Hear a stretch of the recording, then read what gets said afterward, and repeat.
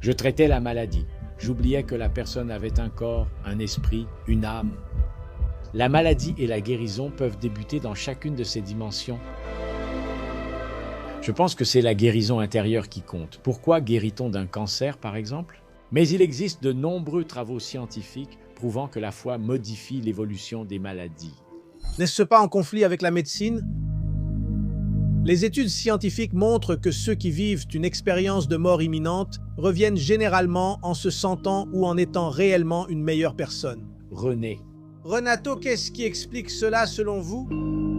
La prière a aussi un pouvoir de guérison. Aucun doute? Quelque chose? Oui, il y a un doute. Des zones cérébrales s'activent pendant la prière. J'étais là-bas à Medjugorje la nuit et j'ai ressenti une immense envie de prier le chapelet. Puis j'ai découvert plusieurs études qui montrent que pendant la prière du chapelet, on parvient à équilibrer le système nerveux autonome, à améliorer le flux cérébral et la fréquence cardiaque. Des miracles que la médecine n'a pas racontés. Quels sont ces miracles que la médecine ne raconte pas, docteur? Le plus grand miracle est la conversion du médecin. J'ai eu un appel. J'ai entendu une voix impérieuse et affectueuse en moi-même. Beaucoup de médecins, ils professent leur religion catholique, chrétienne, peu importe, mais ils ont peur, ils ont honte de le dire. Dans les évangiles, il y a plusieurs moments que la médecine ne pourrait pas expliquer. Jésus touche le lépreux, n'est-ce pas? La personne atteinte de lèpre, et elle est guérie. Jésus met de la salive sur les yeux d'une personne aveugle, et elle commence à voir. Pouvez-vous expliquer ces événements de votre point de vue, qui est à la fois religieux et médical?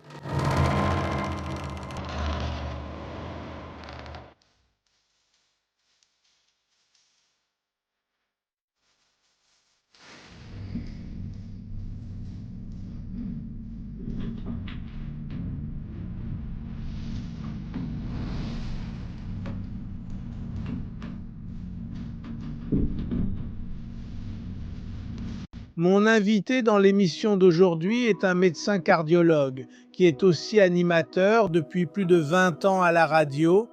Il considère le cœur non seulement comme un organe vital, mais aussi comme le lieu où l'âme se développe. Il considère la médecine comme une science qui doit guérir non seulement la maladie, mais surtout le patient.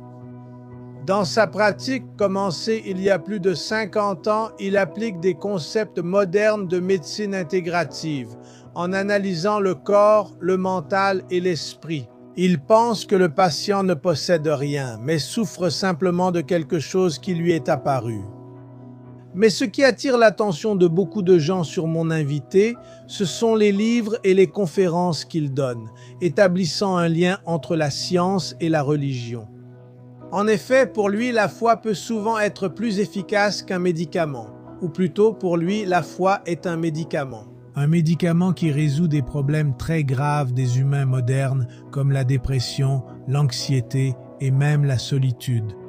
Dans l'émission d'aujourd'hui, nous allons réunir des choses que l'humanité a séparées au cours des derniers siècles, en mettant sur cette même table Dieu et la médecine, le bistouri et la prière. Et nous allons également aborder ce que, selon mon invité, sont des miracles que la médecine n'a jamais compris. Docteur Roxa Violi, vous pouvez entrer.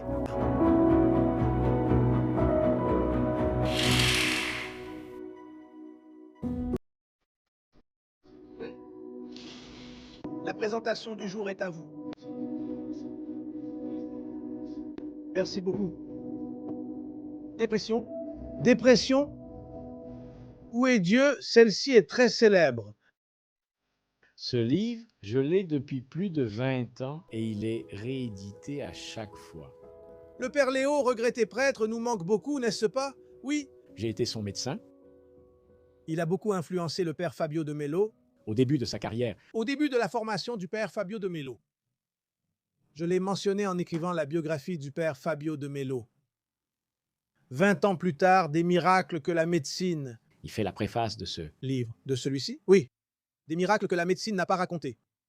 Quels sont ces miracles dont la médecine ne parle pas, docteur? Les miracles. Vous voyez, c'est toute une expérience de vie, n'est-ce pas? Bien sûr, je ne vais pas les raconter parce que tout est dans le livre. Mais vous allez bientôt me le raconter. Regardez, le plus grand miracle, c'est bien la conversion d'un médecin, non? C'est le plus grand miracle. Moi, qui est ta conversion? Ma conversion que j'ai racontée ici.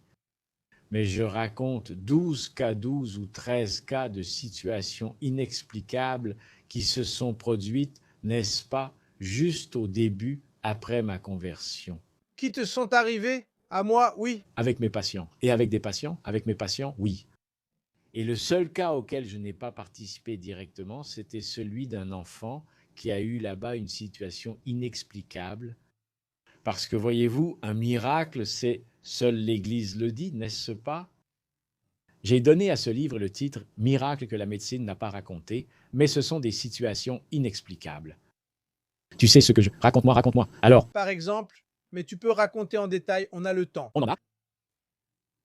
Il y en a plusieurs, non? Laisse-moi réfléchir. Que vous pensez vraiment inexplicable, oui. Par exemple, la personne qui est venue me voir à l'INCOR, enfin, pas vraiment me voir, mais par hasard, Alain Corr, c'est l'Institut du cœur. cœur ici. Il a écrit, il a cherché un tel pour consulter un cardiologue, pour faire une évaluation. Et c'est moi qui l'ai reçu. J'ai vu qu'il avait un problème sérieux. Et j'ai demandé un cathétérisme, une coronarographie. En voyant le résultat, j'ai aussitôt dit « Non, tu restes hospitalisé, c'est grave. » Mais jusque-là, qu'est-ce qu'il avait? Une maladie coronarienne. Il avait les artères coronaires. Toute bouchée, contrairement à Pons-Ferna. J'ai dû agir. Je l'ai hospitalisé et dit qu'il attendrait l'opération là-bas. Vous opérez aussi? Non. Non, je suis seulement clinicien. Eh bien, il s'est avéré qu'il a commencé à avoir de la fièvre, de la fièvre. Alors, on repoussait l'opération, on repoussait l'opération. Cela a duré quelques semaines même. Alors, chaque fois qu'on fixait une date, il avait de la fièvre le lendemain. Donc, on arrêtait tout. Jusqu'au jour où il était libre, et là, on m'a prévenu. Voilà, tout va bien, il peut être opéré. Je me souviens bien, je faisais la visite des patients quand mon téléphone a sonné. C'était le chirurgien qui voulait me parler. J'ai dit qu'il vienne.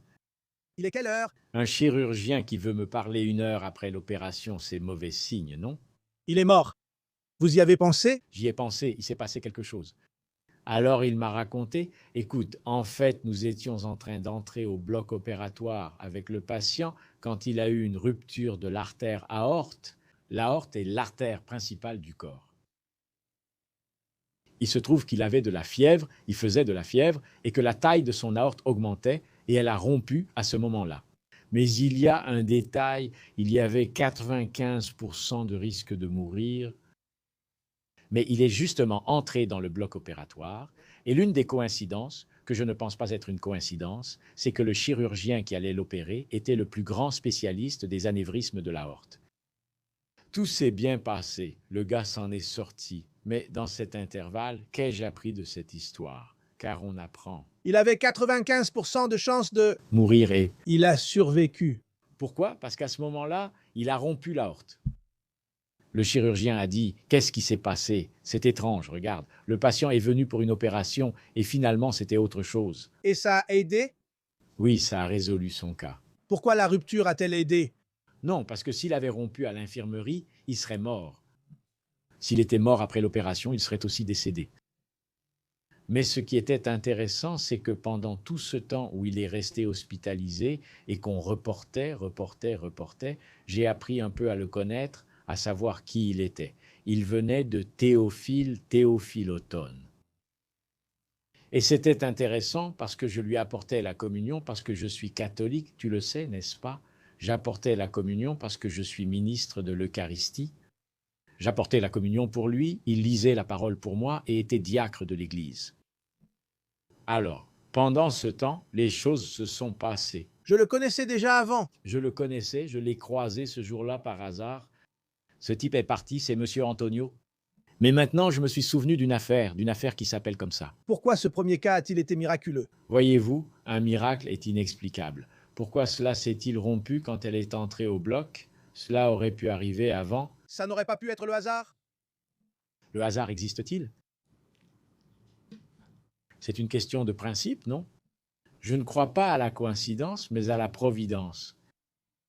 D'accord? Je ne crois pas qu'il y en ait. Une intention divine? Sans aucun doute, parce que c'était quelqu'un de religieux, il avait une mission, tu sais. Maintenant, regarde, parfois la maladie arrive pour que tu changes ton mode de vie. N'est-ce pas? Tu dois connaître ça. une personne qui, par exemple, fait un infarctus, puis elle change. Et le cas de Silvio, ce cas était intéressant. Silvio qui est parti et qui est revenu, c'est aussi dans ce livre. Silvio était un homme d'environ 40 ans qui est aussi venu me voir de son propre chef pour faire un check-up. Indication chirurgicale, la même chose. Indication chirurgicale, il s'est fait opérer, sauf qu'il ne revenait pas à lui après l'opération.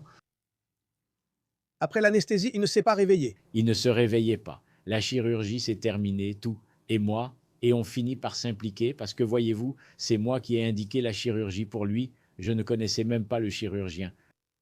Et donc, on se sent responsable. Exactement, responsable. Ensuite, avec la famille, on s'implique de plus en plus. Peu à peu, chaque fois que j'allais à l'USI, tout le monde répétait « Silvio n'est pas encore réveillé ». Et là, monsieur, je sentais le poids du monde. Vous imaginez 15 jours comme ça? Puis à un moment, le personnel m'a appelé. Le personnel de réanimation m'a appelé. « Roch, viens, Silvio s'est réveillé. »« Oui, mon amour. » À mon arrivée, Silvio s'approche et me dit « Viens ici. » C'était un sacré blagueur. D'accord? Jusqu'à maintenant, c'est mon patient. Jusqu'à maintenant. Il s'approche et me dit « Roch, tu es mort. » J'ai dit « Comment ça, mort ?»« Mec, je suis mort et toi aussi tu es mort. » J'ai dit « Comment ?» J'ai dit « Le pauvre, il doit encore être sous anesthésie, non ?» Puis il m'a raconté qu'après, pendant l'opération, il a vu, il est sorti de son corps. Expérience de mort imminente. Expérience de mort imminente. Et qu'il est arrivé dans un endroit où, en fait, il a raconté en détail que des personnes lui ont dit de revenir, qu'il est revenu et tout ça. Comment l'a-t-il dit? Je lui disais, Silvio, tu es fou, tu es cinglé, ce n'est pas vrai, tu inventes des histoires. Tu crois qu'il m'a répété ça toute l'année? Tu étais mort. Qu'il était mort, qu'il avait ceci, qu'il était revenu. Il a complètement changé sa vie. Il est devenu une meilleure personne. Oui, il travaillait énormément et ne prêtait pas attention à la famille. Du jour au lendemain, il a même commencé à rentrer à la maison, à aider la famille. Tu as l'amour de la famille. Mais ce qui est intéressant, c'est que pendant cette période, il est arrivé un moment où j'ai dit, écoute Silvio, fais une chose, enregistre ça, enregistre ce que tu es en train de me dire et je vais garder ça avec moi. Et quand j'ai voulu écrire ce livre ici, ce livre en 2001, j'ai pris et j'ai fait une transcription de ce qu'il avait enregistré. Et à chaque fois, donc tu imagines, à l'époque, ça a fait beaucoup de bruit dans les médias, non? Une énorme couverture médiatique, il n'était même pas nécessaire d'aller nulle part. Mais quel était le miracle dans ce cas? Le miracle, c'est qu'il a changé sa vie. Et ce que je dis, ça peut être l'anesthésie, ça peut être autre chose, mais il a changé de vie. Parce que voyez-vous, ce n'est pas seulement un miracle. Ça ne veut pas dire que vous, sans la guérison physique, non. La guérison physique n'est qu'une petite partie. Ce qui compte, c'est la guérison intérieure. Pourquoi guérir d'un cancer, par exemple? Si vous ne changez pas votre intérieur, ça ne sert à rien. C'est ça. Que tout le monde doit changer? Oui, tout le monde en a besoin. On peut toujours s'améliorer? Toujours. Je pense que nous, surtout en vivant aujourd'hui avec les valeurs de la société qui sont très segmentées, qui manquent de valeur, de profondeur, n'est-ce pas? Donc oui, tu dois développer ta spiritualité. Il n'y a pas d'autre choix. Les études scientifiques montrent que ceux qui vivent une expérience de mort imminente reviennent généralement en se sentant ou en étant vraiment une meilleure personne. René. René, qu'est-ce qui explique cela selon vous? Eh bien, voyez-vous, l'expérience de mort imminente, on sait qu'il y a des études menées partout dans le monde où ils placent aux urgences une image, pour voir si ce n'est pas une illusion de la personne, vous voyez? Alors la personne revient et dit « Ah, il y a là une ». On revient parce que c'est comme ça. Je ne sais pas t'expliquer pourquoi la personne revient, mais qu'elle revient, elle revient. Tu crois qu'il renaît, Dieu l'aide un peu là-haut? Tranquille. Reviens, ce n'est pas encore ton heure. Exactement. Je crois que oui. Je pense que tu as une mission à accomplir. Parfois, tu ne l'as pas accomplie entièrement. Seul Dieu le sait, n'est-ce pas? Quand avez-vous commencé à être médecin religieux? C'était à cette époque-là? Un peu après. À cette époque, je faisais ma thèse de doctorat. C'était en 92. J'ai toujours été catholique. Ici, vous n'étiez pas religieux? Non. Vous êtes allé en médecine sans aucune religion? Non, pas du tout. Moi, on était de cette religion. Mais vous n'y croyez pas? Tu es catholique aussi, non? Moi aussi. C'est comme faire partie d'un groupe, d'un club social, tu vois? parce que j'habitais dans une ville près de São Paulo, Cotia, alors on devait participer. Mais tu n'étais pas catholique? Non, je ne l'étais pas. J'étais catholique, mais je ne savais pas ce que c'était.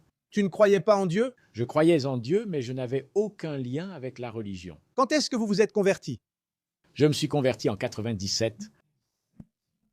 Y a-t-il eu un événement marquant? J'ai eu une expérience mystique personnelle avec Dieu. Qu'est-ce que c'était? Je vais te raconter une histoire. Ma femme, à l'époque, elle travaillait dans le commerce.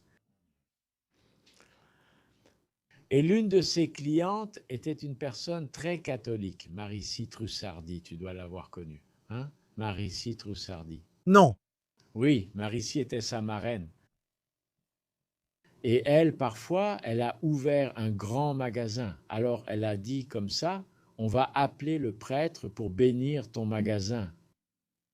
Elle a commencé avec Marie-Cy et a rejoint un groupe de prière. Gisela y était aussi. Elle était religieuse? Rien. Mère catholique, père juif, elle n'était rien. Alors, elle est allée à cet événement, à cette réunion, à ce club de prière. Là, elle a rencontré Dieu personnellement. Elle racontera ensuite. Quand elle est revenue vers moi, elle m'a raconté, je suis resté, et on va à une messe comme ça, comme ci, comme ça et tout. Et je suis arrivé à cette messe, j'ai eu un appel, ce que j'ai toujours critiqué chez les protestants qui disaient « Jésus m'a appelé, blablabla », ces discours-là. Je critiquais toujours. Vous pensiez que c'était un mensonge? Je pensais que c'était des bêtises, une déception, que c'était... Et j'ai eu un appel personnel, j'ai entendu une voix. Je ne suis pas fou, je n'ai pas de schizophrénie, je n'avais rien de tout ça. J'ai entendu une voix m'appeler. Vraiment, mon oreille a entendu, ce n'est pas seulement que j'ai entendu. Que je suis allé voir ma femme et j'ai dit « Écoute, il est en train de m'appeler. » Elle a dit « Qui ?» Parce que je pensais que tout le monde avait entendu. J'ai entendu une voix qui disait « Dieu m'appelle, viens. Viens. » Une voix impérieuse et affectueuse à la fois. À cette époque-là, je n'avais pas de religion fixe, mais je passais d'un endroit à l'autre. Spiritisme, Mesa Branca. Parce que, voyez-vous, même si on est sceptique, même si on est, disons, cartésien, il manque toujours quelque chose sur le plan personnel. Il faut compenser cela. J'en avais besoin. C'est-à-dire ma part sceptique, matérialiste, mais j'avais besoin du côté spirituel. Je cherchais ces endroits, mais je n'y trouvais pas ma place. Et ce jour-là, je me suis trouvé. Et la voix a dit exactement quoi? Oui. Dieu, viens, c'est tout. A-t-il dit votre nom? Et il a parlé, non, viens seulement, elle vient. Mais ça pourrait vouloir dire quoi, ce vient? Ça aurait pu être n'importe quoi, mais j'y suis allé. J'y suis allé. Et ce vient, c'était pour aller où? Viens avec moi, viens vers moi.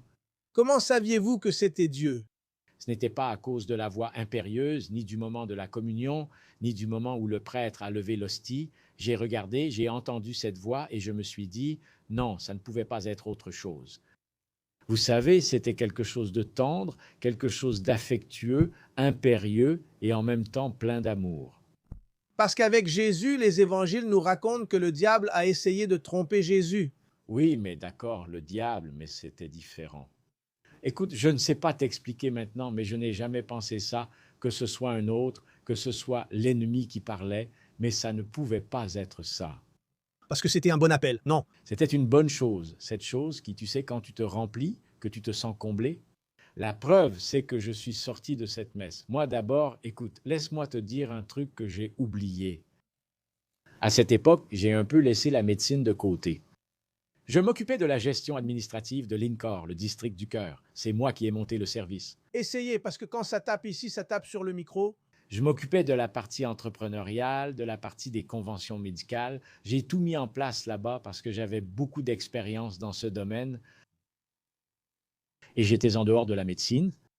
J'ai toujours aimé être médecin. J'ai travaillé aux urgences. Je faisais tout cela. Mais moi, à cette époque, à cause de la situation économique du Brésil, tout était beaucoup plus facile. Prendre de l'argent, le mettre à la banque, c'est ce que je faisais. Tu parles des années 90 et... 95, 94. Il y avait déjà le plan réel, non? Oui, il y en avait déjà un. Donc c'était juste avant? Peut-être avant, juste avant.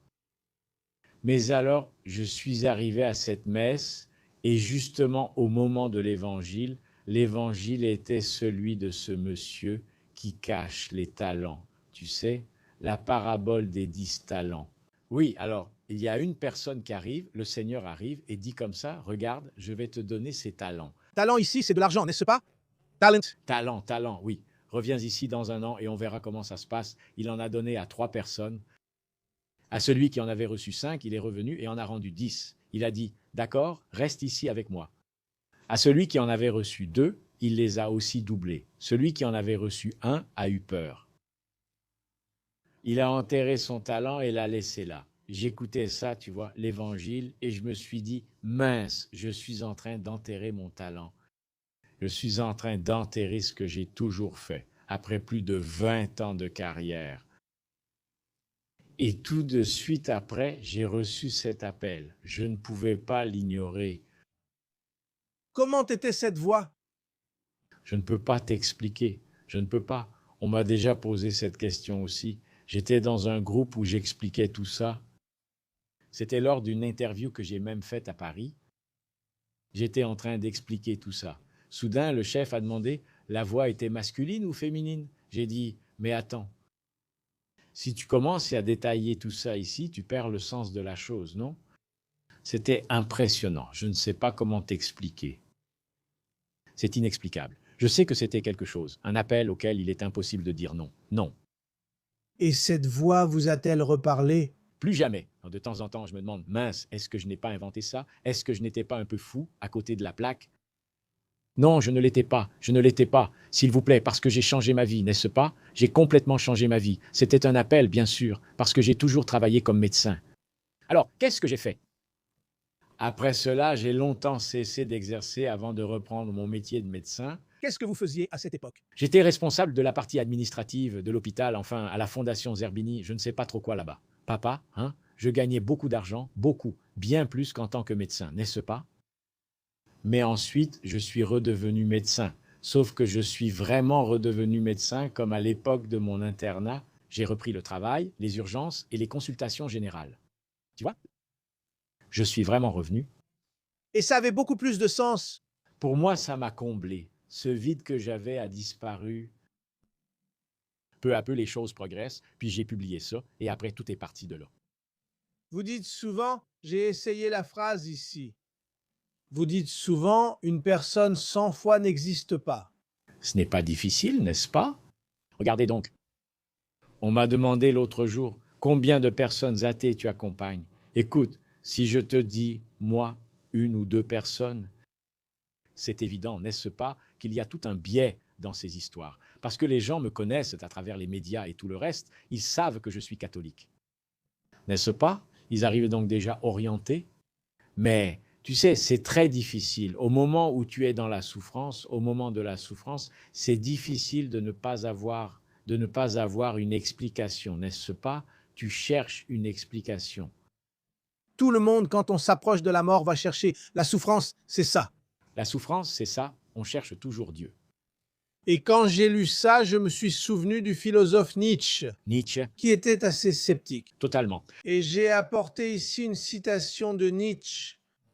Croire est plus facile que penser. C'est pourquoi il y a plus de croyants que de penseurs. Sans aucun doute. Je suis tout à fait d'accord avec cela. Tu es d'accord? Je suis d'accord. Parce que, regarde, pourquoi est-ce que je vais... Regarde bien. Le phénomène du miracle, d'accord? Ces cas inexplicables qui arrivent au quotidien, qui nous arrivent tout le temps, je ne vais pas expliquer. Je ne vais pas réussir à expliquer. C'est plus facile d'y croire. Pourquoi est-ce que je vais essayer d'expliquer la foi? Donc parce que c'est quelque chose de quantique qui va ici, là-bas, ce n'est pas plus facile. C'est bien mieux. Il vaut mieux avoir la foi et y croire. Pensez-vous vraiment qu'il faille essayer d'expliquer? Il y a des choses que vous ne pouvez pas expliquer. Vous ne pouvez pas les expliquer. Comment allez-vous expliquer, par exemple, que ce miracle de Lourdes, ce dernier miracle, d'accord, où une personne atteinte du syndrome de la queue de cheval, qui ne pouvait pas marcher, s'est soudainement mise à marcher? Comment allez-vous expliquer ce qui s'est passé à Lourdes? Que le médecin qui a suivi la patiente tout au long de son parcours, vous verrez, c'est un miracle de Lourdes. Lui, il a vu que la personne était en train de mourir. Mais la personne est arrivée à Lourdes, elle a pris le bain là-bas, c'était en 1800, 1900 et quelques, et elle est sortie en marchant. Pensez-vous que si on cherchait, on trouverait une explication scientifique et non la foi? Écoute, c'est difficile d'expliquer ça scientifiquement. Il n'y a pas moyen, pas moyen. Alors, vous n'êtes pas d'accord avec Nietzsche? Non, je suis pour. C'est plus simple de croire. C'est plus simple de croire que de réfléchir, tu vois. Mais il continue. Encore une phrase de Nietzsche. La conviction, la foi, est un ennemi plus dangereux de la vérité que le mensonge. Merci. Que sont pour lui la vérité et le mensonge? Ça dépend, n'est-ce pas? Oui, selon Nietzsche, c'est beaucoup plus simple quand on n'essaie pas d'affronter le vrai problème et qu'on croit qu'il y a quelque chose de divin pour l'expliquer. C'est plus facile de croire que de chercher des explications à tout. Par exemple, ces gars qui sont des théologiens, la théologie, comme ils disent, n'est-ce pas? La théologie reste ce qu'il y a de mieux si vous perdez la foi. Quand vous étudiez la théologie, Donc pour vous, c'est l'inverse. La foi est venue après la science. oui. Parce que là, j'ai vu que, par exemple, je ne m'occupais que de la maladie. J'oubliais que la personne avait un corps, un psychisme, un esprit, et que la maladie peut commencer dans n'importe laquelle de ces dimensions, et la guérison aussi. Aujourd'hui, par exemple, quand tu parles avec le patient, 30-40% des problèmes se résolvent rien qu'en discutant avec lui. La plupart des maladies actuelles sont psychosomatiques, le stress, l'anxiété. Et dans ce sens, la foi aide beaucoup. Est-ce une fonction similaire à celle de la psychologie? Oui, tu ne peux pas comparer les choses, n'est-ce pas? Mais il existe de nombreux travaux scientifiques prouvant que la foi modifie l'évolution des maladies. J'ai été en contact avec plusieurs personnes à ce sujet. J'ai beaucoup étudié cela. J'ai écrit quelques livres à ce sujet. Mais ce sont juste des choses ponctuelles, n'est-ce pas? Je veux dire, la personne qui va souvent à la messe a une plus grande longévité. La personne qui va souvent à l'église contrôle mieux son cholestérol. Bien sûr, comment l'expliquez-vous? C'est dû à des habitudes de vie, non? La personne, parce qu'à partir du moment où vous croyez en Dieu, à partir du moment où vous croyez, vous utilisez votre corps. Qu'il est le temple du Saint-Esprit, c'est une question de logique. Si vous croyez en cela, vous devez prendre soin de vous. Vous comprenez? Par exemple, c'est l'une des façons dont je fais adhérer ou non mon patient au traitement. C'est l'idée de voir le corps comme étant Le temple de l'Esprit, oui. Comme Jésus l'a dit, Et c'est réel. le temple n'était pas à Jérusalem, mais en nous. C'est réel, non? Dans la première lettre aux Corinthiens. Et c'est écrit dans la première lettre aux Corinthiens. Première lettre aux Corinthiens. Alors, vraiment, si tu crois que le corps humain est le chef-d'œuvre de la création, tu imagines. L'autre jour encore, je faisais une conférence et j'ai commencé comme ça. Regarde ici. J'ai reçu un cadeau de ma femme il y a 30 ans, qui était là à Paris. Elle a ouvert, elle a dit, prends-moi de l'eau. Je suis allé ouvrir la petite porte là d'eau du minibar. Il y avait là une petite boîte cadeau, c'était une montre. Une montre, d'accord. Je garde cette montre. Tu l'as dit toi-même, je garde cette montre avec soin. C'est la même chose. Le corps humain, c'est pareil. C'est un cadeau que Dieu t'a donné. Tu dois en prendre soin. Parce que l'Esprit Saint de Dieu y habite. C'est-à-dire, c'est le plus grand argument pour que tu prennes soin de toi. Même le plus maléfique des êtres humains porte-t-il l'Esprit Saint? Oui, bien sûr que oui, tous. C'est la création elle-même, n'est-ce pas? Seul Satan qui s'est enfui ne porte pas, n'est-ce pas? Qui n'est pas esprit, ce n'est pas le Saint-Esprit là-bas. Ce n'est pas... Comprenez-vous qu'il existe en fait un esprit séparé du corps? Cet esprit quitte-t-il le corps à la mort? Oui, je crois, non. Mec, on m'a demandé l'autre jour, tu crois à la vie après la mort? J'ai dit, bien sûr, mec, je suis chrétien. Quel chrétien ne croit pas à l'au-delà? C'est différent de parler de réincarnation. C'est autre chose. À quoi vous attendez-vous après la mort? Après la mort, on rencontre Jésus et Dieu. Qu'ils t'attendent là-bas, que tu entres dans l'éternité, que tu aies une paix intérieure. Cette paix intérieure, j'imagine qu'elle est bien plus grande que celle que l'on ressent quand on rencontre Dieu ici, vivant. C'est une paix. Ce jour-là où j'ai eu cet appel, j'ai ressenti une paix intérieure qui m'apaise. Tu sais ce que c'est? Paix, vous. Mais ce jour-là, vous n'aviez aucun problème de santé? Rien, je n'avais rien. J'avais 40 ans, j'étais lucide, Parfaitement lucide. totalement lucide. Lors d'une expérience de mort imminente, l'esprit quitte-t-il le corps? Non, je ne sais pas te répondre. Personne ne le sait. Non. Personne ne sait ça. Il n'y a personne qui est mort. Seulement si tu sais. Il n'y en a pas, cette histoire. Quand vous m'avez dit que vous êtes sorti de votre corps, que vous avez vu d'en haut, d'accord, vous pouvez même y croire. Mais ça peut venir de l'anesthésie qu'il a eue, c'est possible. Vous comprenez? Donc vous croyez en la vie après la mort, mais pas en la réincarnation. Non, la réincarnation n'est pas chrétienne, n'est-ce pas? Le principe chrétien, c'est la résurrection de tous. Oui, du Christ, puis la résurrection lors de la parousie. À la fin des temps, Parousie, très bien. Alors dans le corps glorieux de Dieu, c'est différent. monsieur, pensez-vous que cette résurrection sera aussi physique? Je crois que cela va arriver. Je dois y croire. Parce que si je suis chrétien, je dois écouter ce qui est écrit dans la parole de Dieu. N'est-ce pas contraire à la médecine?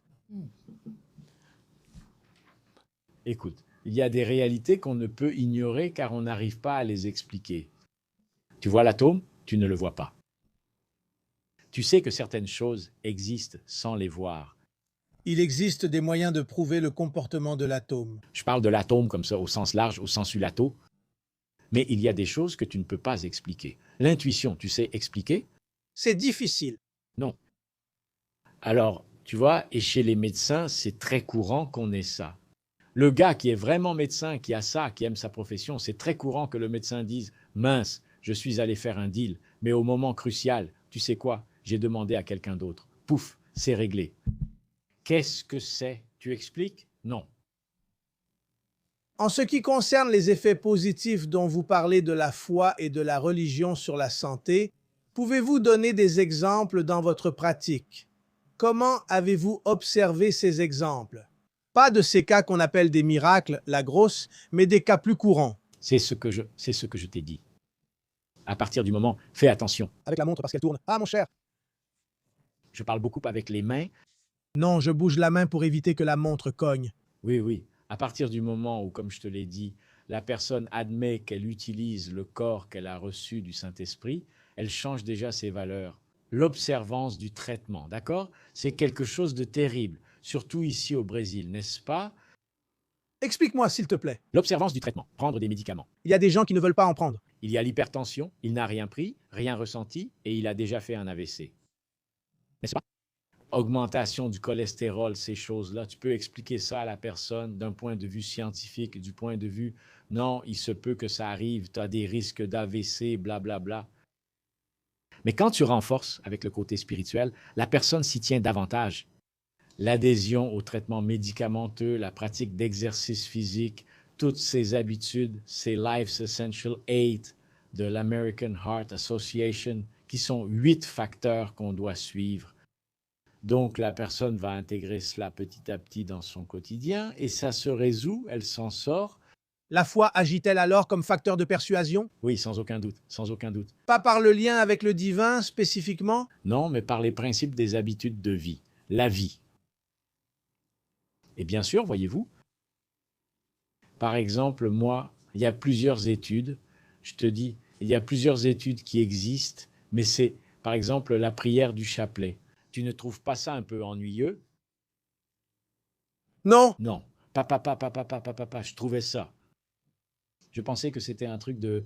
Cette répétition a selon moi une valeur précieuse. Ouais, je disais que l'Église avait inventé ça parce que les femmes aiment parler. Alors elles restent à discuter et prier, tu vois? C'est une distraction pour les femmes, n'est-ce pas? Après, j'ai payé le prix, n'est-ce pas? On dit que je l'ai dit, n'est-ce pas? J'étais en... Vous avez été critiqué? Medjugorje, non. Je suis allé à Medjugorje. Medjugorje, si vous connaissez, c'est une ville haut. Le lieu de l'apparition là-bas en Bosnie. Ça s'est produit en Bosnie, à Medjugorje. Je priais toujours le chapelet, j'avais déjà été converti et tout. Alors j'ai ressenti, la nuit, j'ai ressenti une immense envie de prier le chapelet. Pour la première fois de ma vie, n'est-ce pas? Pour la première fois. J'ai prié devant la porte, puis ma femme m'a demandé « Qu'est-ce qui s'est passé ?» Et à partir de là, j'ai commencé à étudier, parce que la science, c'est ça, n'est-ce pas? L'esprit académique, c'est ça. En étudiant, je me suis dit, il doit y avoir une logique là-dedans. Puis j'ai découvert plusieurs études qui montrent que pendant la prière du chapelet, on arrive à équilibrer le système nerveux autonome entre le sympathique et le parasympathique. Le sympathique stimule, le parasympathique apaise. Quand tu respires, tu apaises le système nerveux sympathique. Donc tu équilibres, tu améliores le flux cérébral, tu améliores la fréquence cardiaque. Cette étude le montre. C'est un effet similaire à celui du mantra. Oui. Comme si c'était le cas. Même dans cette étude, il y a les deux versions, n'est-ce pas? Prier le chapelle et dire le mantra. Mais oui, à partir de là, j'ai aussi commencé à prier le rosaire. C'est la première chose que je fais le matin. D'accord? La première chose, c'est que je vais à l'hôpital en priant. Avec le rosaire à la main? Oui, en priant. Oui, je prie en chemin. Ça apporte du réconfort. L'esprit physique, mental, pour tout l'équilibre est spirituel. Parce que je pense que c'est important dans ce sens d'avoir une vie. La spiritualité est, selon moi, essentielle chez l'être humain. Sinon, pourquoi vit-on? Dis-moi. Pourquoi vis-tu? Pourquoi te lèves-tu le matin? Dans quel but? Si tu n'as aucun objectif, si tu n'as aucun but dans la vie, adieu. Il n'y en a pas. C'est là que la dépression arrive, que la maladie arrive, qu'un tas de choses arrivent, n'est-ce pas? Et la spiritualité renforce-t-elle l'immunité? Sans aucun doute. L'immunité a de nombreux aspects et il y a de nombreuses preuves dans ce sens. Dans ce sens, toute forme de spiritualité, par exemple celle des Druzes, celle de la scientologie, celle des Arméniens. Je parle de spiritualité, je ne parle pas de religiosité. La religion est quelque chose de totalement différent. C'est quelque chose de personnel, c'est quelque chose qui n'est pas critiquable. On ne peut pas entrer dans les détails.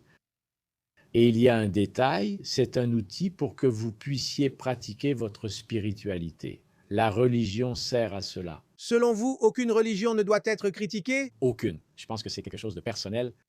Si Dieu nous a donné le libre arbitre, n'est-ce pas? Pourquoi critiquerais-je une religion même si je ne crois pas en elle? Pourquoi voudrais-je que la personne, comme je l'ai dit, mon cabinet n'est pas une chaire religieuse, c'est différent. Monsieur, avez-vous envisagé de devenir prêtre? Non. Jamais, mais jamais, oui. Vous n'avez pas cette vocation? Rien, absolument pas, non, c'est autre chose. Ma mission, c'est d'être médecin, d'accord? Et tu vois, par exemple, pendant ma consultation, je ne dis pas au gars, regarde, tu dois être catholique, rien de tout ça, on ne peut pas, ce n'est pas éthique. Mais à la fin de la consultation, j'utilise les protocoles qui existent dans les académies de médecine du monde entier, y compris ceux de la Mayo Clinic de Harvard, et tout ça où je pose des questions sur la spiritualité, pas sur la religion. Si la personne vient me voir et me dit « je ne veux pas parler de religion, je ne veux parler de rien », la conversation est terminée. Quelles sont les questions? Première question, pensez-vous que la foi et vos croyances peuvent vous aider dans votre maladie? Participez-vous à un événement? Allez-vous à la messe ou au culte? Faites-vous quelque chose? Aimeriez-vous parler de ces sujets avec moi? Ceci est un protocole approuvé par la communauté médicale internationale. Oui, la Société américaine de médecine de la clinique Mayo. Dans quel but? Pour que vous abordiez la spiritualité pendant la consultation. C'est une manière protocolaire, tu sais. C'est plus facile de demander comme ça. Maintenant, quand tu demandes à la personne si elle veut ouvrir sa spiritualité, là, vraiment, la relation médecin-patient est différente. Comment ça change? Les choses évoluent et s'ouvrent plus. Je vais te raconter. Une jeune femme est venue me voir, je ne sais pas, elle avait environ 30 ans, elle avait des palpitations, des douleurs à la poitrine, un essoufflement, non. Plainte, anxiété cardiaque, d'accord? Très bien, j'ai fait plein d'examens parce qu'il faut d'abord écarter quelque chose de physique, n'est-ce pas? On ne peut pas non plus penser que tout est émotionnel. Bon, tout est normal en discutant avec elle petit à petit, en m'ouvrant dans ce sens. Tu voudrais me dire quelque chose de spirituel? Elle a commencé à raconter qu'elle avait vécu une situation quand elle était plus jeune, qu'elle avait dû avorter, que son mari, son petit ami l'avait forcée, etc. et que cela la travaillait encore. C'était ça qui était la cause de tout ce qui se passait là. Je ne l'ai découvert qu'après la consultation. Et regarde comme c'est intéressant, je me suis même un peu critiqué parce que je lui ai dit « Tu es catholique, n'est-ce pas ?» Alors, fais ceci. tu vas sortir d'ici. Tu vas à la première église que tu trouves. Tu t'arrêtes, tu entres et tu te confesses. La confession, même Jung pensait que son absence était une perte pour l'Église protestante, parce que le père de Jung était protestant. C'est dommage de ne pas avoir la confession, car elle fait du bien. Parce que c'est bénéfique. La confession soulage l'esprit. Sans aucun doute, tu te connectes directement avec Dieu. Le prêtre est la persona in Christo, c'est une personne qui est là. Elle s'est confessée. Après un certain temps, elle est revenue totalement normale, où tu n'avais pas de problème. Au cabinet, au cabinet. Parce qu'elle s'est libérée de son fardeau. Parfois, c'est vrai. Est-ce que cela a un rapport avec l'exorcisme? Non. L'exorcisme, c'est un autre problème, un peu plus sérieux aussi, non? Parce que tout est démon, n'est-ce pas? Tout est démon. Tout à coup, là, je fais partie du renouveau charismatique catholique, n'est-ce pas? Et tout dans le renouveau, parfois, c'est exagéré concernant les choses démoniaques. Alors, le gars passe plus de temps à s'occuper du démon, à prier pour éloigner le démon qu'à prier Dieu, n'est-ce pas? Donc, il y a un peu d'exagération. Un prêtre exorciste, ami à moi, était ici jusqu'à présent au Brésil. C'est le portugais. Qui est-ce? C'est le père Lara. Le père, c'est Lara. Il est portugais. Il vient de Lamero, Lamengo, là-bas au Portugal. Il est exorciste, c'est son rôle. Il a été disciple de Gabriele Amort, qui est un prêtre célèbre, exorciste et tout ça. Et il me dit toujours que toutes ces histoires de gens possédés, toutes ces choses que tu vois à la télévision, toutes ces absurdités, tout ça, c'est de l'invention.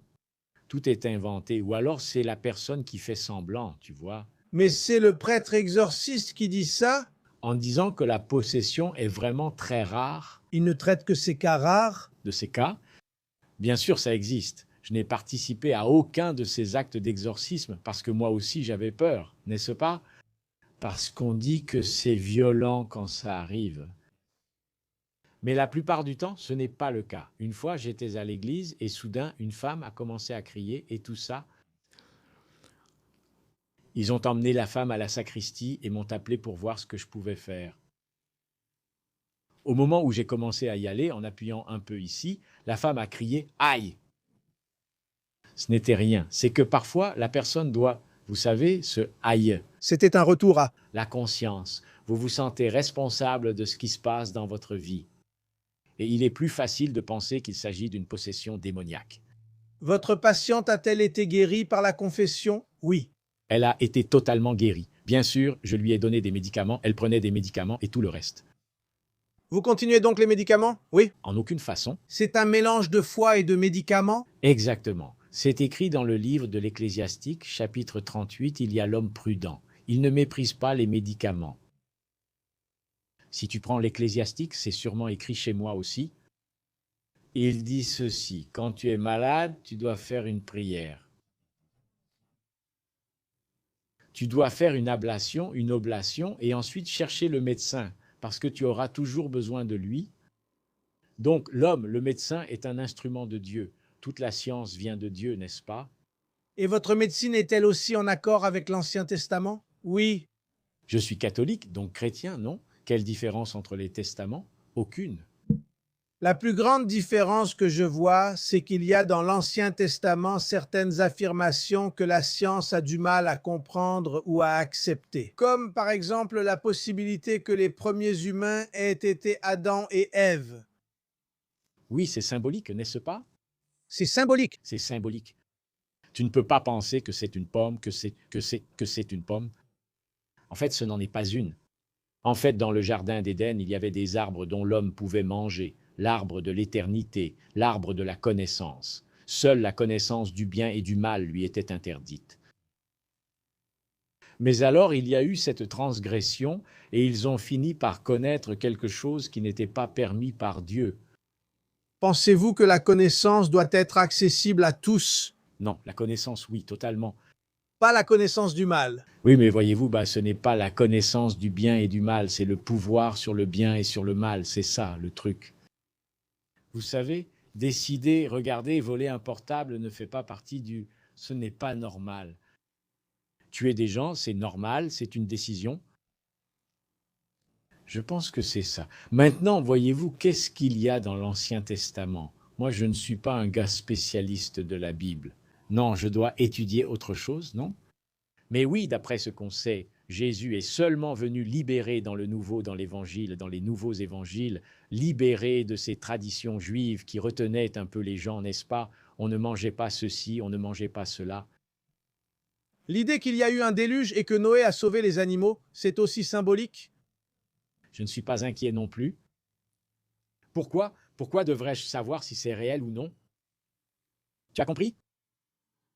C'est juste que je ne cherche pas. Je ne cherche pas les ennuis. C'est beaucoup plus facile pour moi d'y croire. Parce que quelle différence ça fait pour toi?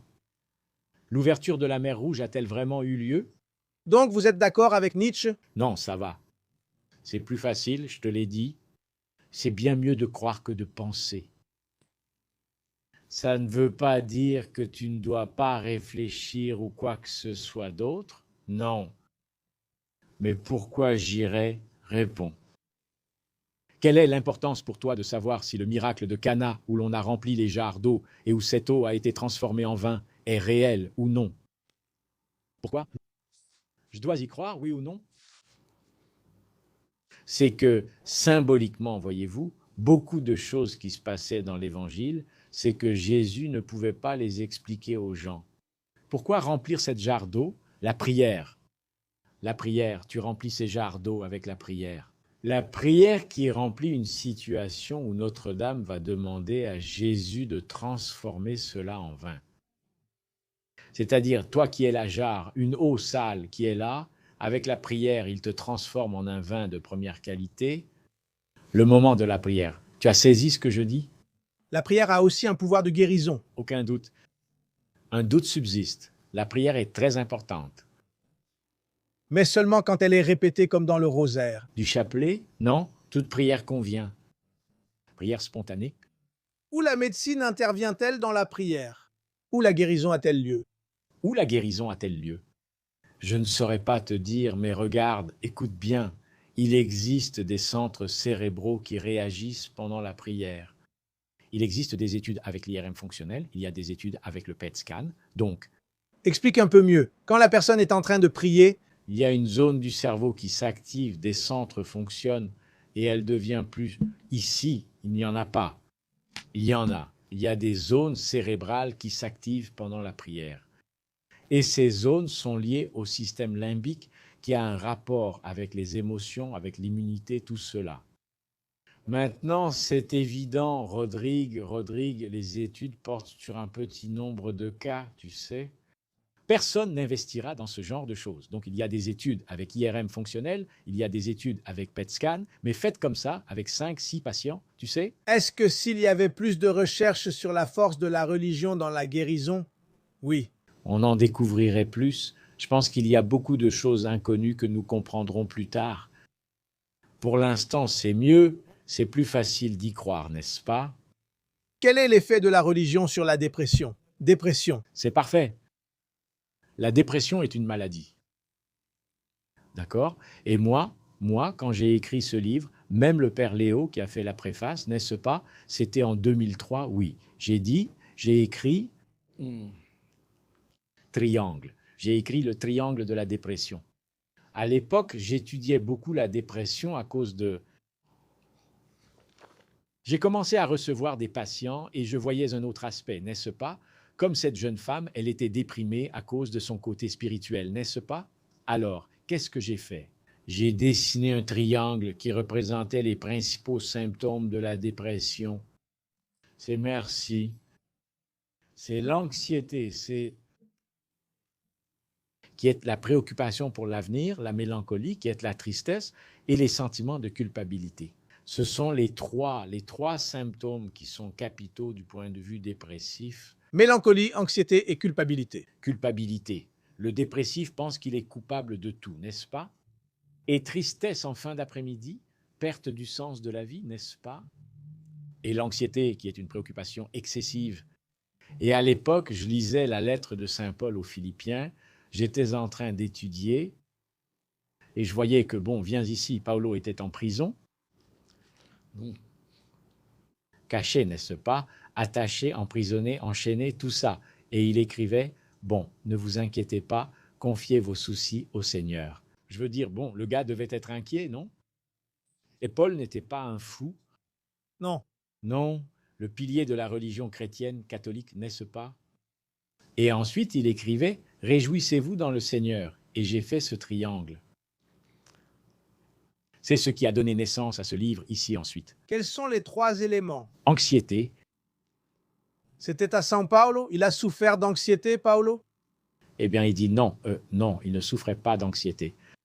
Je te dis que les personnes déprimées ressentent de l'anxiété, de la dépression et de la mélancolie. C'est de la culpabilité et de la mélancolie. Et j'ai trouvé dans la parole, tu vois, dans cette lettre de Saint Paul, j'ai trouvé un lien avec ça. Et c'était intéressant parce qu'à partir de là, j'ai commencé à voir que la dépression est un symptôme physique. Il y a la maladie physique, il y a la maladie mentale, psychologique, tu vois, qui est le manque, le vide intérieur et la partie spirituelle. Alors, il faut prendre soin des 3 dimensions. Vous donnez des médicaments pour la dépression qui améliorent la mélancolie, qui améliorent l'anxiété, mais la culpabilité, comment faites-vous? Il n'y a pas de médicament pour la culpabilité. Pas de médicaments, seule la grâce de Dieu guérit. Pas de solution, la pilule anti-culpabilité n'existe pas. Alors, comment faites-vous cela? La prière est Paul, l'exemple vient de Paul, n'est-ce pas? Vous priez avec votre patient au cabinet? Non. Non, ça non. Je pense que c'est exagéré aussi, n'est-ce pas? Parce qu'il faut avoir une frontière. Il y a une frontière très mince entre le charlatanisme et ça. Tu sais, je ne fais pas de mon cabinet une tribune religieuse, en aucun cas.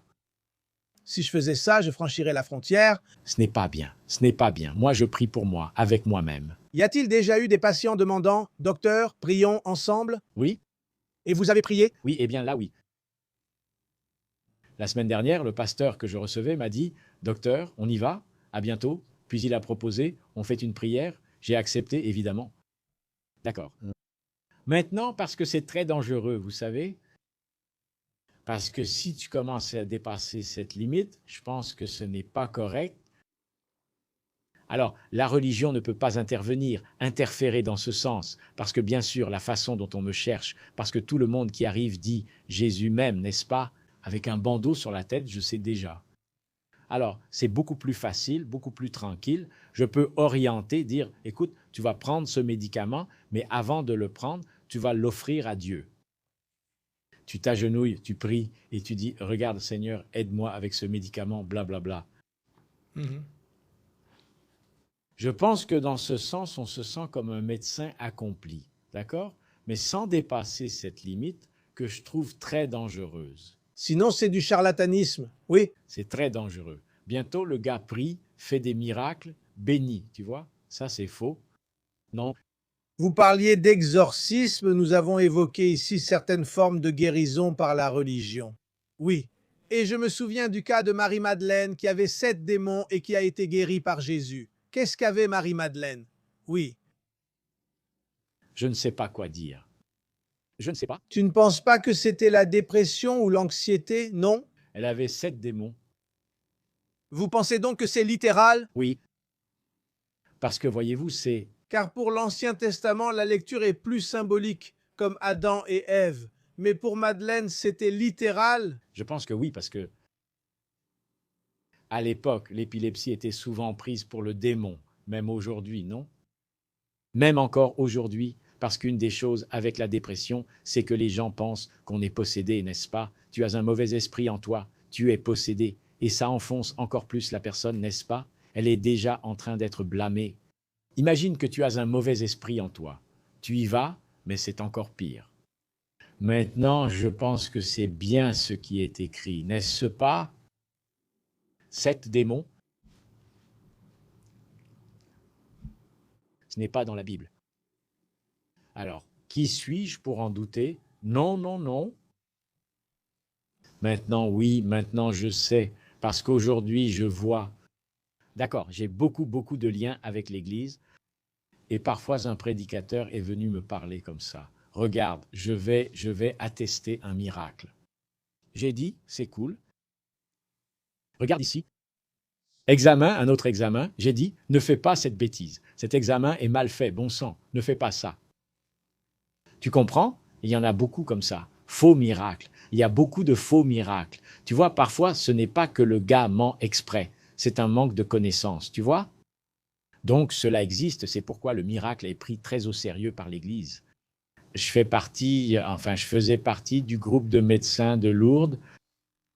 Tu sais comment est Lourdes? C'est comme ça, il y a le bureau médical. N'importe quel médecin qui arrive à Lourdes, il va au bureau médical. Par exemple, il y a eu un miracle ici. Il va au bureau médical où les médecins l'examinent. Un médecin-chef est responsable. Très bien, il a été constaté que c'est un cas inexplicable. C'est là qu'il demande. Pour que le médecin de la personne envoie les résultats d'examen, il faut le prouver. D'accord. Vous avez constaté que c'est un cas inexplicable. Voilà. Il demande à la personne de revenir chaque année. Parce que c'est pour voir si la guérison s'est vraiment concrétisée. Ensuite, ce médecin, il va devant le comité international qui se réunit à Paris. D'accord? Là-bas, ceux qui participent sont des professeurs de toutes les religions, de toutes les facultés. C'est là qu'ils vont dire, écoutez, c'est vraiment un cas inexplicable. Vous êtes l'un de ces médecins? Non, non. Mais alors, comment avez-vous été médecin à Lourdes? De Lourdes, oui, je faisais partie de l'équipe de Patrick Théier, qui était le médecin à l'époque, le responsable, c'était mon ami. Et vous analysiez les cas pour voir si c'était vrai ou non? De temps en temps, une fois ou deux. Alors, vous êtes le premier avocat du diable que je croise. Pourquoi? Pourquoi avocat du diable? Parce que vous confrontiez le miracle à la vérité. Tous les médecins là-bas commençaient toujours par dire que ce n'était pas vrai. On part de ce principe, puis on comprend petit à petit. Sinon, tout est miracle, non? Imaginez, vous allumez la télé, une boule disparaît, une autre apparaît, n'est-ce pas? Tout ça devient un peu banal, non? Les gens ont tendance à exagérer, oui. Toujours chercher un lien. Oui, vous savez, quelque chose d'extra pour expliquer une erreur, une faute, parfois, n'est-ce pas, de la personne, n'est-ce pas? Ce n'est pas ma faute, c'est l'esprit en moi qui m'a poussé à faire cette bêtise. Donc monsieur est religieux mais sceptique. Non, bien sûr que oui. Bien sûr, je le suis. J'ai une formation cartésienne et il faut toujours regarder les choses du point de vue d'où l'on vit, tu sais. Je suis médecin, bon sang. Je dois regarder ça d'une manière personnelle, réelle, tu sais, matérielle, scientifique. D'accord, si je ne trouve pas de raison, je me tourne vers le spirituel. Là, je ne cherche plus d'explication, je crois simplement. Vous êtes allé à Medjugorje, qui est une apparition de Marie d'ailleurs, plusieurs apparitions. C'est constant, n'est-ce pas? Et c'est toujours en cours, qui n'a pas encore été reconnu par le Vatican. Non. Oui, j'ai vu Medjugorje, oui. Comme l'apparition de Notre-Dame n'est pas reconnue, En fait, que Fatima a. la dévotion est acceptée. Oui, parce que le pape François, qui n'acceptait pas vraiment, mais Jean-Paul II, lui, il y a toujours cru. Et Fatima, oui. Lourdes, oui. Tu comprends ce qui s'est passé et ce qui se passe à Medjugorje? Je sais que Medjugorje provoque une transformation, tu vois, un miracle. L'apparition, parfois, tu n'as pas besoin d'une apparition pour changer. Si la Vierge Marie apparaît devant toi ici, Dieu m'en garde, je ne veux pas qu'elle apparaisse. Non, parce que sinon, je vais devoir être irréprochable toute ma vie, n'est-ce pas? Alors, tu vois, la situation à Medjugorje, quand il y a beaucoup de gens qui ont la même foi, tu sais, on dirait que les choses commencent à se rassembler. C'est pour ça que les miracles arrivent dans les grands rassemblements. Des situations, tu vois, quand tout le monde est ensemble comme ça, en train de prier, Comme à Fatima. comme à Fatima, comme à Lourdes par exemple. Lourdes, c'est spectaculaire pour moi, Lourdes l'emporte. À Lourdes, c'est l'apparition à Bernadette Soubirous. Oui, il y a de l'eau miraculeuse là-bas. À Fatima, cela commence avec les petits bergers, puis une foule vient témoigner. Tu vois, Alex Carrel, qui est ce médecin qui a gagné le prix Nobel en 1900 et quelques, c'est lui qui a accompagné une malade, parce que lui, il ne croyait pas à Lourdes, parce que Lourdes disait qu'il y avait des miracles, il n'y croyait pas, comme nous, les médecins. Alors, un collègue à lui qui faisait le suivi des patients qui allaient à Lourdes, parce qu'il y avait un train qui emmenait les patients, il n'a pas pu y aller, alors il a dit « Non, j'y vais, parce que je veux voir ça de près ». Il est arrivé là-bas, Il est médecin, professeur à la faculté de médecine de Lyon, français. français. Arrivé là-bas, il a vu une femme en train de mourir, en pleine transformation. Il a dit, écrit, il croyait que la personne n'arriverait pas jusque-là. Elle est entrée dans le bain de Lourdes et en est ressortie en marchant. Il a écrit cela. Il l'a publié. Il l'a publié. Eh bien, les gens de Lyon, de la faculté de médecine, l'ont renvoyé.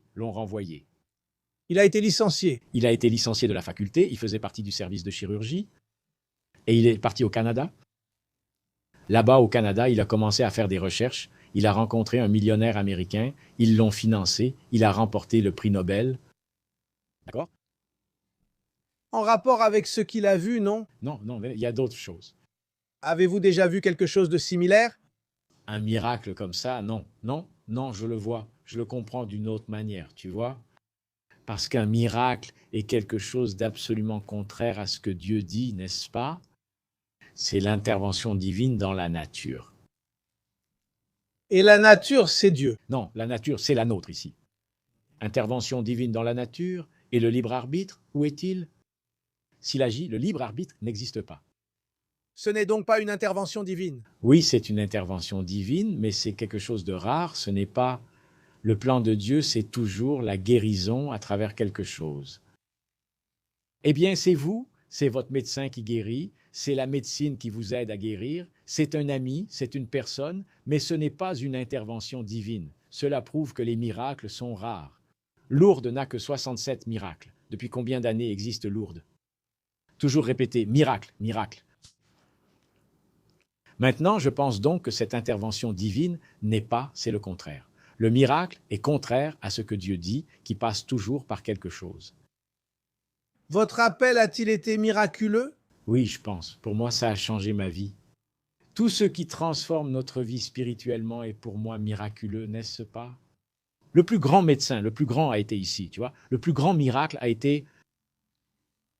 La transformation du médecin lui-même. C'est écrit ici, le plus grand miracle a été celui-ci, tu vois, dans les chapitres, là, tout au début. Le plus grand miracle a été ma conversion. L'image de Notre-Dame d'Aparecida est le plus grand symbole de la foi brésilienne. Oui. Sans aucun doute. Comment les miracles surviennent-ils à Aparecida? Comme partout dans le monde, n'est-ce pas? Je veux dire, on ne connaît pas le pouvoir de la prière, le pouvoir. On sait par quelques études qu'il existe, comme je te l'ai dit, qu'il y a des zones cérébrales qui réagissent à la prière. Obtenir une guérison, c'est autre chose, non? On ne comprend pas, ce n'est pas possible. Maintenant, Notre-Dame, la dévotion mariale à Aparecida, c'est fantastique, n'est-ce pas? Parce qu'à l'époque où, justement, à l'époque où les Noirs souffraient, l'esclavage, tout cela, c'était vraiment quelque chose de symbolique, n'est-ce pas? C'était quelque chose dont ils avaient besoin, n'est-ce pas? Vraiment cela. Ces miracles de disparition des chaînes... Les chaînes, tout cela lié à l'esclavage, n'est-ce pas? On dit que la princesse Isabelle est tombée enceinte après la demande du comte là-bas. Ou après qu'elle y soit aussi allée. Tout peut arriver, tout. J'y crois. Maintenant, ne me demande pas pourquoi, comment c'est. Non. Non. Vous êtes lié au renouveau charismatique, publié des livres chez Canção Nova et animé une émission chez Canção Nova. J'ai une émission de radio. Vous parliez de la télévision. Celle qui a une émission de télévision, c'est ma femme. D'accord? Moi, j'apparais de temps en temps, elle m'invite, mais j'ai une émission de radio. Ceci, c'est l'émission de radio? C'est une publication pour Internet? Au cabinet? Non, ce n'est pas ça. C'est au cabinet. L'émission de radio, je la fais, je l'enregistre chez moi samedi prochain. J'allais demander comment le médecin sceptique qui a reçu un appel de Dieu est-il devenu influenceur? Là, c'est autre chose. Numérique. Voyez-vous, ma femme et moi étions déjà depuis longtemps dans les médias à cause de l'émission de radio, de la télévision, de la radio, l'émission Plus de santé sur Canção Nova. Et celle-ci, c'est Gisèle. Et là, j'entendais beaucoup de choses sur Internet, beaucoup de choses fausses. J'ai vu des collègues dire que tu peux manger, le cholestérol ne provoque pas d'infarctus. Tu vois tellement de choses comme ça. J'allais la voir et je disais, tu vois, un tel dit ça, C'est absurde. Un jour, elle n'en pouvait plus et a dit « Merde, pourquoi tu ne vas pas sur Internet? Fais-le au lieu de continuer à me parler. Ça fait combien de temps? » 2 ans? C'est tout? C'est tout. 1 an, 2 ans. Mais Dieu m'a beaucoup aidé, tu sais, parce qu'un tas de gens ont commencé à venir. C'était comme ça. Mais L'émission de radio existait déjà, non? Oui, tout allait bien? l'émission de radio, Radio AM à São Paulo, personne n'écoutait. C'est sur Internet que l'émission a explosé, non? Ouais, maintenant il y a la FM. Avant, c'était juste AM Radio America. Qui écoutait ça? Personne n'écoute la radio, la télé. AM, tu vois? Mais c'est ça, je suis allé sur Internet. Quand est-ce que c'est devenu viral? C'était en octobre 2023. 3. 2 ans. 2 ans, ça fait 2 ans maintenant. Et ça a commencé... Mais quelle a été la vidéo qui est devenue virale? Parce que je ne saurais pas te dire, maintenant que ça fait 2 millions, 2 millions de noms. Sur YouTube ou sur Instagram? Non, c'est à cause de la prière du chapelet. Moi aussi. Moi aussi, la prière du chapelet. Maintenant, regardez, je cherche toujours des sujets dont je sais qu'ils manquent aux gens. Pour ces personnes qui vivent loin, qui n'ont pas accès à l'information, donc ce sont des sujets médicaux, vous voyez. De temps en temps, je traite d'un autre sujet. Mais j'évite, tu sais, j'évite. J'ai souvent évoqué la prière du chapelet, car à l'époque, je faisais le carême de Saint-Michel avec le frère Gilson, tu connais peut-être. Je me levais à 4 heures du matin pour prier le rosaire. Je me suis dit que j'allais en parler aux autres. La fonction du rosaire, qui n'est pas seulement spirituelle, mais qui a aussi un aspect physique, etc. Parce qu'il y a peut-être un collègue, un médecin, quelqu'un du domaine de la santé qui a aussi cette information, n'est-ce pas? Quelle explication avez-vous donnée au sujet du rosaire sur Internet? Qu'est-ce que vous avez expliqué? Oui, car cela améliore le flux sanguin cérébral. Parce que quand vous respirez, vous ne parlez pas. Quand vous parlez, vous ne respirez pas, n'est-ce pas? Alors, qu'est-ce qui se passe? L'étude s'est déroulée ainsi. Le prêtre récitait la première partie de l'Ave Maria, les fidèles répondaient. Alors, je vous salue Marie, pleine de grâce, le Seigneur est avec vous. Vous êtes bénie entre toutes les femmes, béni est le fruit de votre sein, Jésus. Vous voyez? Vous développez un mécanisme respiratoire qui donne exactement 6 respirations par seconde. En fait, vous avez une synchronisation, un système, vous activez le système nerveux vagal, donc cela améliore la tension artérielle, améliore la fréquence cardiaque, améliore le flux cérébral, détend la personne. Donc cela a un aspect physique positif, disons-le ainsi, du chapelet, et il y a un aspect spirituel qui est indiscutable. Donc le rosaire de frère Gilson a un effet curatif. Sans aucun doute. N'importe quel type de rosaire, n'est-ce pas? N'importe quelle prière chrétienne, le chapelet. Voilà. Donc mes frères Gilson parlent à 4 millions de personnes. Le frère Gilson est spectaculaire, n'est-ce pas? Il guérit beaucoup de gens. Des gens, pas lui. La foi des gens qui sont là ne guérit personne. Ce n'est pas nous qui guérissons, c'est Dieu qui guérit. La guérison est toujours divine. Même pour ce gars qui ne croit pas en Dieu, c'est toujours divin. Je parlais de la Canção Nova et du renouveau charismatique. Il y a un mouvement, n'est-ce pas? Il y a un certain rituel que les charismatiques font, qui attire beaucoup mon attention. C'est parler en langue. Monsieur, faites-vous ce rituel? J'ai des difficultés. Pourquoi? J'ai aussi des difficultés. Je pense que ce n'est vraiment pas mon charisme. Ce n'est pas le tien? Je n'y arrive pas. J'essaie, mais je n'y arrive pas. Tu sais, et tu n'es pas obligé de prier en langue, d'accord? Tous les charismes et dons du Saint-Esprit dans la Bible, tu n'es pas obligé de parler en langue, ni d'avoir le don de prophétie ou autre. Rien. Certains ont le don de prophétie. Maintenant, je reste très méfiant, tu sais, avec cette histoire de prophétie. Dans quelle mesure c'est l'homme? Dans quelle mesure c'est Dieu qui parle? Ou dans quelle mesure c'est l'ennemi qui parle, hein? Vous pensez qu'il y a parfois des exagérations? Je pense que oui. C'est pour ça que j'aime garder les pieds sur terre. Il y a aussi beaucoup de prêtres qui pensent de la même façon, vous savez. Ils ont un côté plus émotionnel. Vous n'avez pas besoin d'émotions. Vous n'avez pas besoin d'extérioriser vos émotions quand vous priez. Vous n'en avez pas besoin. Monsieur, vous êtes réaliste mais ambitieux. Je ne sais pas si j'ai des ailes, mais je pense que non. Par contre, j'ai bien les pieds sur terre. Pensez-vous être un meilleur médecin après tout cela? Sans aucun doute. N'en doutez pas. N'en doutez pas. J'en suis certain parce qu'à partir du moment où j'ai rencontré Dieu, j'ai pu devenir un vrai médecin, complet, total. Et que diriez-vous aux 99,99% des médecins qui sont sceptiques et probablement athées? Je ne sais pas si tout cela est réel. D'accord? Parce que quand j'ai écrit ceci, le premier livre, imaginez-moi en train d'écrire un livre à l'Institut du cœur, à la faculté de médecine de l'Université de São Paulo. Imaginez-moi apparaissant comme ça. Qu'est-ce qu'on n'a pas dit sur moi, n'est-ce pas? Mais monsieur, il n'y a aucune croix ici, seulement 2 stéthoscopes. Je tenais la croix tout à l'heure là-bas. Ce n'était pas facile, non. Mais regarde, tu as dit quelque chose et je ne sais pas si c'est vrai. 99%. Non, ce n'est pas réel, c'est seulement mon estimation. Mais regarde, beaucoup de médecins professent leur religion catholique, chrétienne, peu importe, mais ils ont peur, ils ont honte de le dire.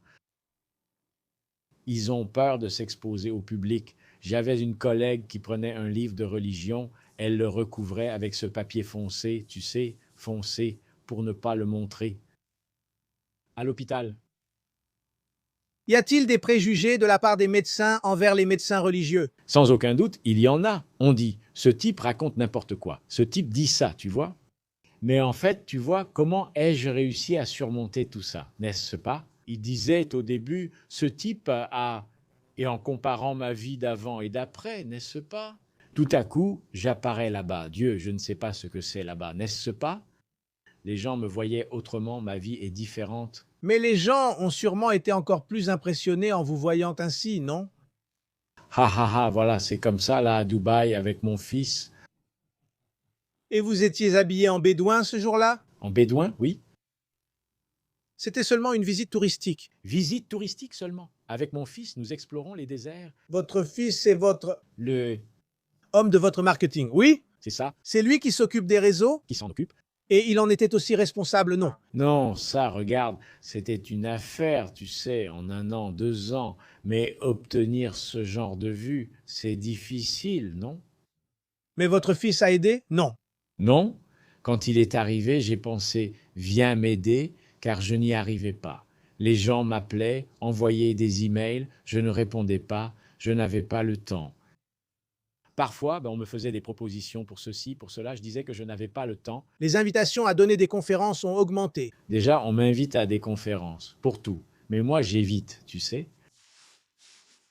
Au début de ma conversion, j'allais à toutes les conférences auxquelles on m'invitait. Oui, j'y allais, et quand je chantais, je parlais de mon expérience. Maintenant, je n'ai plus le temps, et j'ai pris Roquigno avec moi pour qu'il puisse s'occuper de cette partie administrative. Parfois, des laboratoires veulent que je fasse ceci, cela ou autre chose, n'est-ce pas? Mais il est tout nouveau, tout récent maintenant. Mais oui, je te disais ceci. Imagine-moi arrivant à l'hôpital avec toute cette histoire. Les gars disent, tu es fou, tu as perdu la tête. Tout ça, c'est des mensonges. Derrière ça, il y a un coup monté. C'est léger. Derrière ton changement, Oui, personne, tout le monde n'y croyait pas. vous a été accusé de charlatanisme. Je ne dirais pas charlatanisme, mais il disait que j'étais un loup déguisé en agneau. Mais en fait, ils avaient raison. Parce que ce que j'étais avant, j'étais vraiment un loup. Mais qu'est-ce que vous faisiez en tant que loup? Tout et même plus. Tout, mais très peu. Activité professionnelle et vie personnelle. Est-ce que tout allait de travers? Tout était compliqué. Tout. J'ai changé et soudain, je me retrouve à l'hôpital. Au début, j'étais dans l'administratif. Puis j'ai dit, non, je veux aller dans le médical, soigner, faire autre chose. Quelque chose ne va pas. Et j'y suis allé pendant un certain temps. Mais ce qui s'est passé, c'est que Dieu m'a anesthésié. Je ne remarquais rien, je n'écoutais pas ce qu'on disait. D'accord? Petit à petit, ce livre, regarde ici. Combien? Regarde combien. Comment ça, Dieu vous a anesthésié par rapport à ces critiques? Oui, car je n'entendais rien et faisais seulement semblant d'écouter. Et des millions de regards, des millions de livres, c'est énorme. Eh bien, c'était un miracle. C'était un miracle. Mais c'était après votre conversion? Pourquoi est-ce écrit 20 ans plus tard? 20 ans plus tard. Parce que ce livre-là, je l'ai publié en 2001. Le premier, je l'ai réédité chez Canson Nova. Et l'appel a eu lieu quand? 1997. Le succès sur les réseaux sociaux est récent. Bien, ça c'est depuis 1 an, 2 ans. Vous dites que beaucoup de médecins sont religieux. Beaucoup, et ils ne le disent pas. Oui, Vous avez été critiqué par une partie d'entre eux. Oui. Qu'aimeriez-vous dire à ces médecins? Qu'ont-ils besoin d'apprendre que vous avez déjà appris? vous avez connu le père Léo, n'est-ce pas? Oui, le père Léo. Non, je ne l'ai pas connu, seulement son histoire. Je n'étais pas très proche de lui. Et la première fois que je suis allé à l'émission du père Léo, j'y suis allé pour lui apporter ce livre. Il m'a dit, il est arrivé et il a dit comme ça, maintenant je vais vous présenter un médecin qui n'a pas honte. J'ai regardé et j'ai dit, merde, le gars est en train de te traiter de sans-gêne. Sans avoir honte de montrer les choses de Dieu, c'est-à-dire la plupart des médecins ont des réticences, ils ont même une certaine gêne à montrer ce côté-là pendant les consultations. Mais grâce à Dieu, moi, Dieu se sert de moi pour que beaucoup n'aient plus honte. Combien de personnes, de collègues m'envoient des emails et tout le reste disant qu'ils ont justement commencé à faire les choses comme ça. Ils se sont montrés. Je pense que la relation médecin-patient devient meilleure quand le médecin s'ouvre aussi. N'est-ce pas? On sent une plus grande ouverture. Parce que pourquoi elle me raconterait, pourquoi cette fille me dirait qu'elle a avorté, que personne ne savait, qu'elle n'en avait parlé à personne, et justement à ce moment-là, elle est venue me le dire. Pourquoi à moi, à ce moment-là? Pourquoi? Parce que Dieu s'est servi de moi pour l'écouter et pour la guider. S'il vous plaît, pensez-vous que vous avez été choisi par Dieu? Sans aucun doute. Non, nous le sommes tous. Honorez le médecin car il est un instrument de Dieu. Tous, c'est écrit dans l'Ecclésiastique. 31, mais certains ne veulent rien savoir de cela. Si tu assumes, Jésus frappe à la porte 1, 2 fois, n'est-ce pas? Si tu n'ouvres pas, qu'est-ce qu'il dit dans l'Évangile? Tu prends ta sandale, n'est-ce pas? Tu la nettoies et tu quittes cette ville. Même le sable de la ville, tu l'emportes avec toi. Laisse. C'était une réponse aux critiques. Oui, mais les critiques sont passées. Avec le temps, j'ai commencé à organiser. J'ai commencé à organiser une messe à l'hôpital. J'amenais un prêtre célèbre, puis Joe. À un moment, ils m'ont appelé là-bas. Ils m'ont dit, « Eh, viens ici, arrête avec ces trucs. Il y a plein de monde devant, plein de l'autre côté. Tout le monde se plaint, le conseil se plaint. » Comme dans la maison de Saint-Pierre, c'était si plein qu'ils ont dû faire passer le paraplégique par le toit. C'est par le dessus, non? Il n'y avait pas moyen de passer. C'est ce que les gens aiment, les gens ont besoin de ça. Tu vois, la réaction, c'est réel. Tu connais Canson Nova? Canson Nova, à l'événement du frère Gilson, il y avait plus de 100 000 personnes incroyables à l'intérieur du Rincao. Je veux dire, et chaque semaine, c'est toujours plein, toujours plein. Je veux dire, le peuple en a besoin, le peuple est en manque de Dieu. Encore plus, je pense que c'est dans la situation actuelle qu'on voit, si tu prends un journal que c'est une situation économique, politique dans le monde entier, tu vois que c'est une confusion générale. Tu dois t'accrocher à quelque chose d'éthéré, n'est-ce pas, spirituel, parce que comment veux-tu comprendre ça? Il y a une autre chose dont nous avons tous besoin, je pense que tu seras d'accord avec moi. De temps en temps, manger un petit quelque chose. Oui, manger, c'est bon. On passe au deuxième acte. Allons-y, ce studio est... N'est-ce pas? Alors, Il y a eu un miracle. Jésus que j'adore. Lequel? La transformation de l'eau en vin. Bien sûr, parce que j'adore boire du vin. Premier miracle. Ça, c'est de la petite main. Non, non, non. Tu veux boire quelque chose? Du jus de raisin? De l'eau, de l'eau. Un petit café aussi, alors voilà. Pour le café, c'est mieux. Ça, c'est pour le sucre. J'en sais rien. Alors, c'est beaucoup plus facile. Mais celui-ci, C'était le premier, miracle, vous voyez qu'il nous a tous autorisés. n'est-ce pas? L'eau aussi. Il commence à pleuvoir. Tu as du temps aujourd'hui, n'est-ce pas, quand tu as écrit l'histoire de Fabio De, Mélo? Oui. car je peux... Avoir ici aussi la biographie. Du père Fabio. Fabio, je connais. C'est parce qu'il est de là-bas. De la chanson, Non, pas de la Canson Nova, non.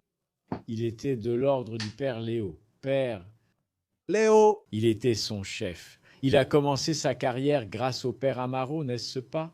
À bien des égards, dans de nombreux sens. j'ai soigné la mère de Fabio. J'ai soigné la grand-mère, Madame Anna. Mais votre commandement...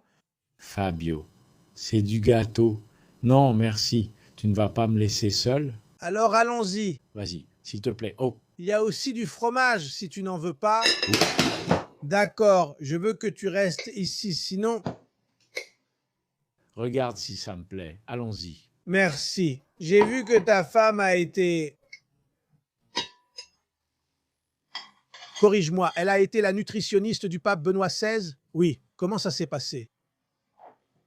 Quand il est venu ici, Elle a surveillé son alimentation pendant son séjour ici? elle a installé la cuisine là-bas à Aparecida dans ce séminaire qui existe, qui est devenu aujourd'hui une auberge. L'auberge du bon Jésus. Jésus, donc. En bas, il y avait une cuisine qui était complètement détruite. Alors, Dom Damasceno, qui était le cardinal à l'époque, il nous a invités, Gisela, en disant « Viens, tu ne veux pas t'occuper de la cuisine du pape ?» Nous ne savions pas comment c'était. À son arrivée, il a dit « Ici sera la cuisine ». Il n'y avait absolument rien. Alors, nous avons couru, demandant à l'un, demandant à l'autre. Et qu'est-ce que vous avez fait? Nous avons demandé de l'aide aux gens. Pour l'équipement dans la cuisine? Oui. Tout. Il n'y avait rien. Rien.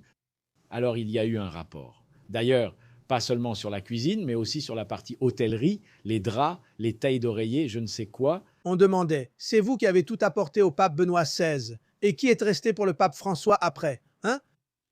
Cette cuisine qui se trouve là en bas, Je vois.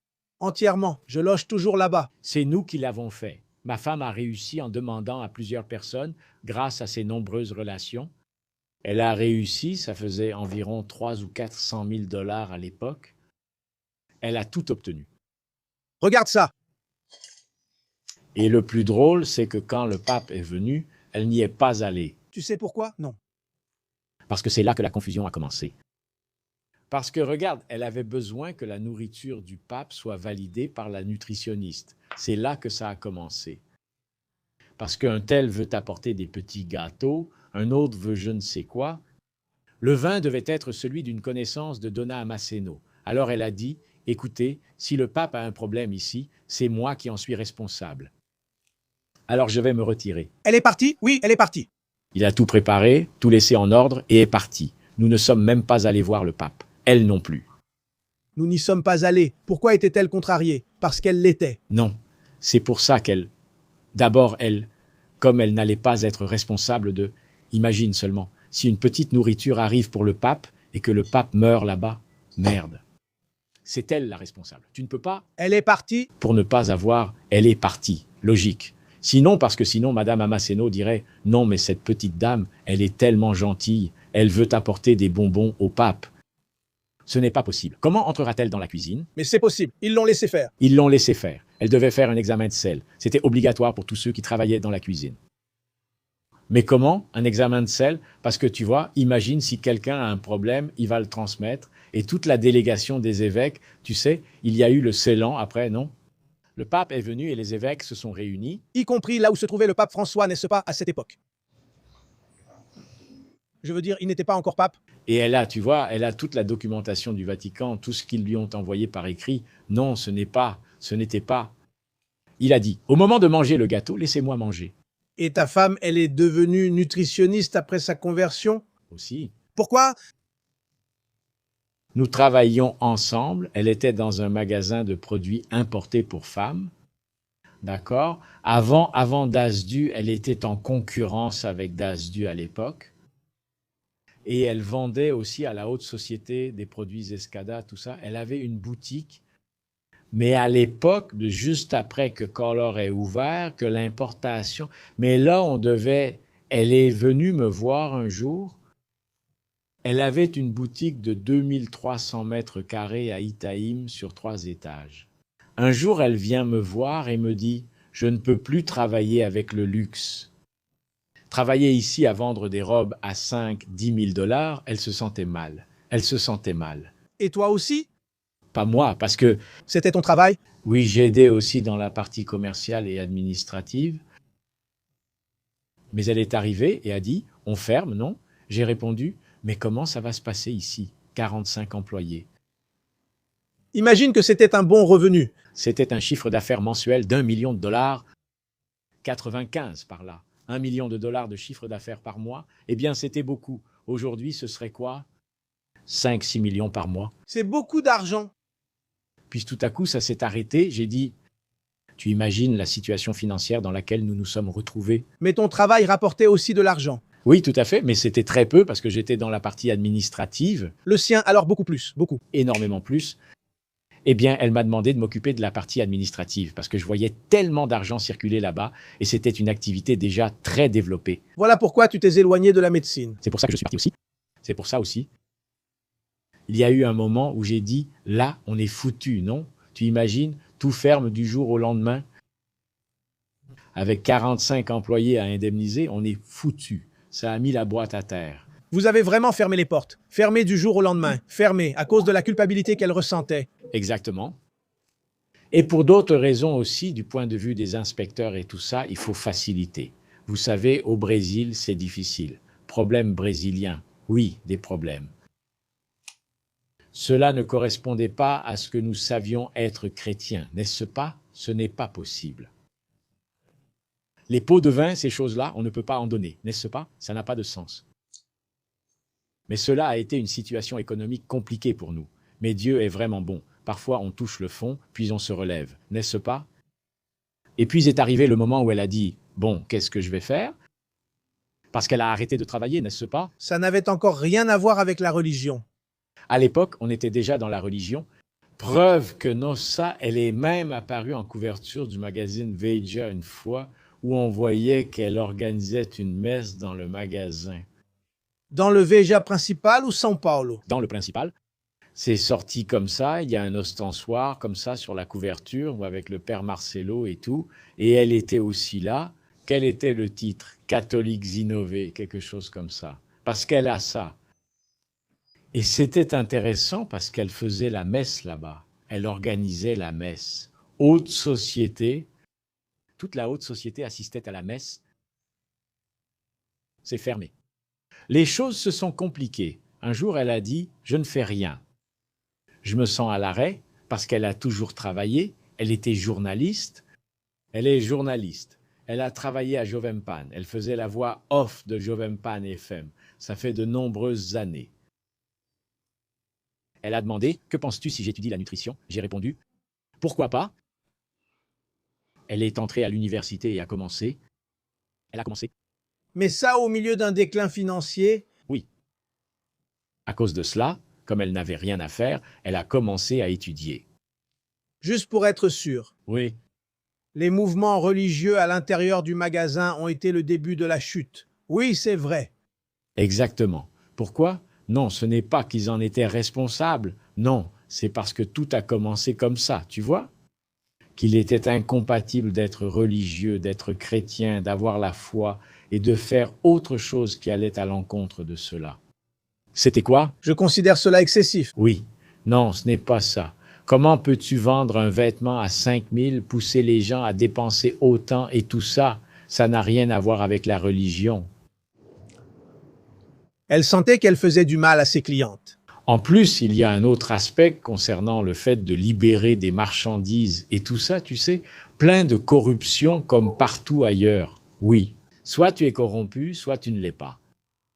Et ce n'est pas compatible avec la religion. Ce n'est pas compatible avec ce que nous vivions à ce moment-là. Un moment de transformation totale. Alors elle est arrivée et j'ai dit « Très bien, allons-y, on y va ».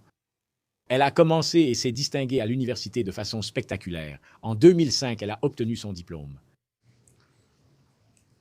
En 2006 ou 2007, je crois que le pape est venu, puis juste après. Puis elle s'est mise à aller sur Internet et tout ça. Et alors, tout de suite après, ton appel est-il venu? Oui, non, c'est venu avant.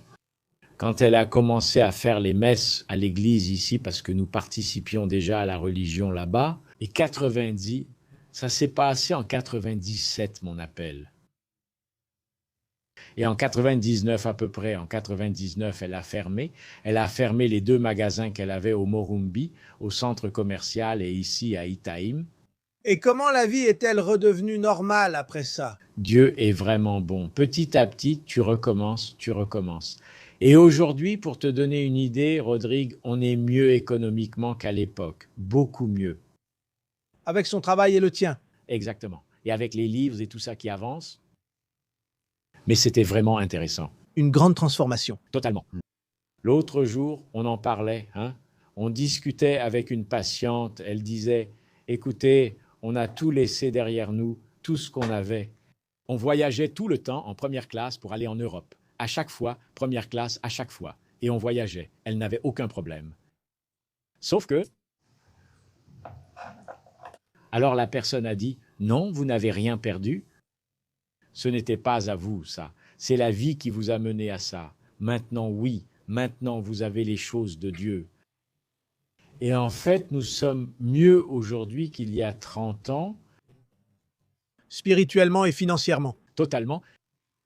Je pense que la tranquillité que tu as, le point de vue spirituel, la certitude que tu fais quelque chose de correct pour toi-même, que tu te sens bien avec ça, ça porte ses fruits automatiquement. Vous partagez cela avec vos patients? Oui. Comment procédez-vous? Sans prosélytisme, comment procédez-vous? Comment est-ce que je fais? Je ne sais pas. Il faut aller voir par vous-même. Est-ce naturel? Oui, c'est naturel. Ça arrive pendant les conversations. Oui, c'est normal. Soudainement, ça commence.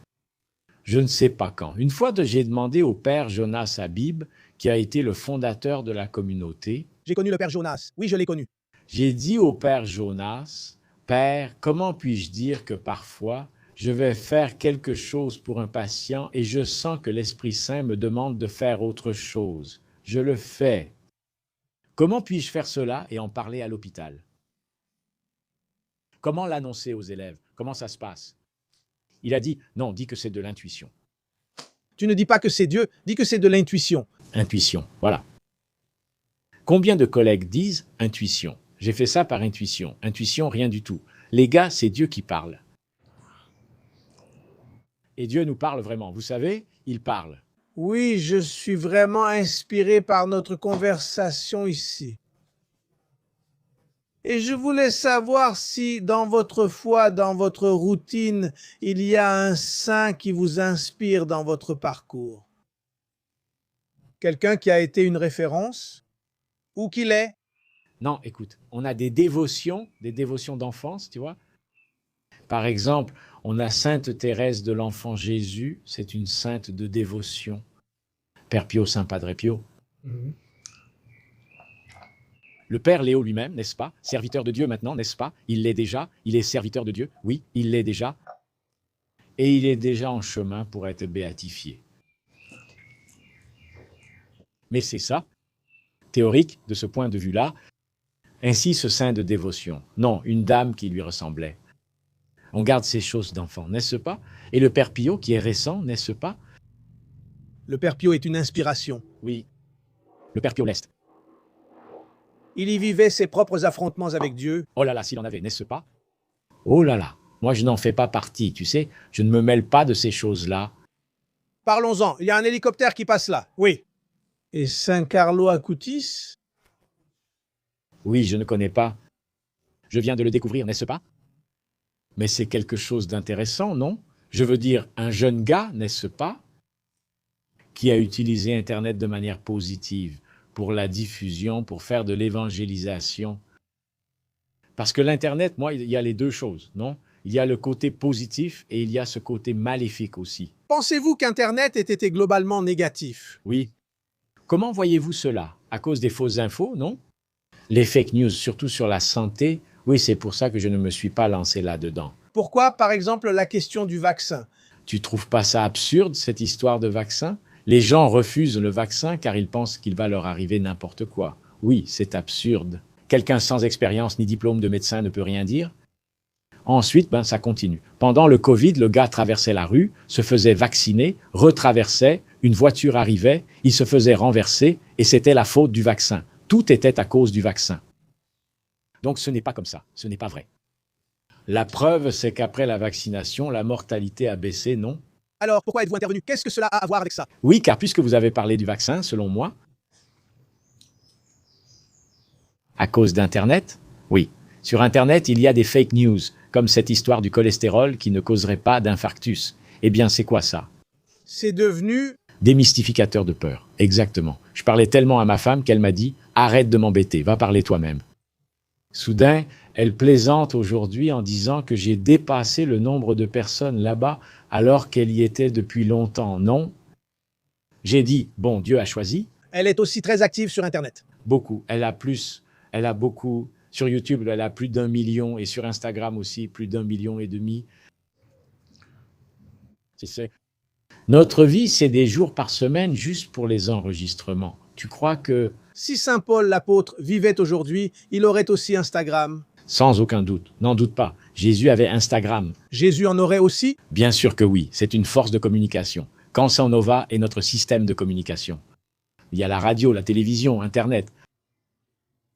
Donc oui, Jésus en a. Les gens vont s'énerver et dire « Tu prétends que Jésus avait, donc il avait Internet. » De ce qu'il a...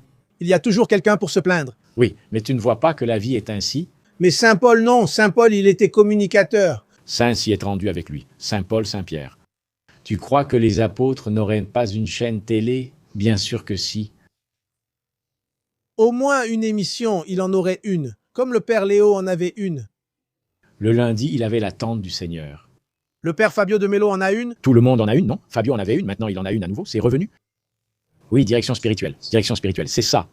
Une fois là-bas, à Canson-Nova. Avec lui, dans son émission. Oui, là-bas, il enregistrait dans le studio du Père Léo, là, à Cachoeira Paulista. Exactement. Après, maintenant, il appelait depuis Taubaté. Nous parlons ici de prédication.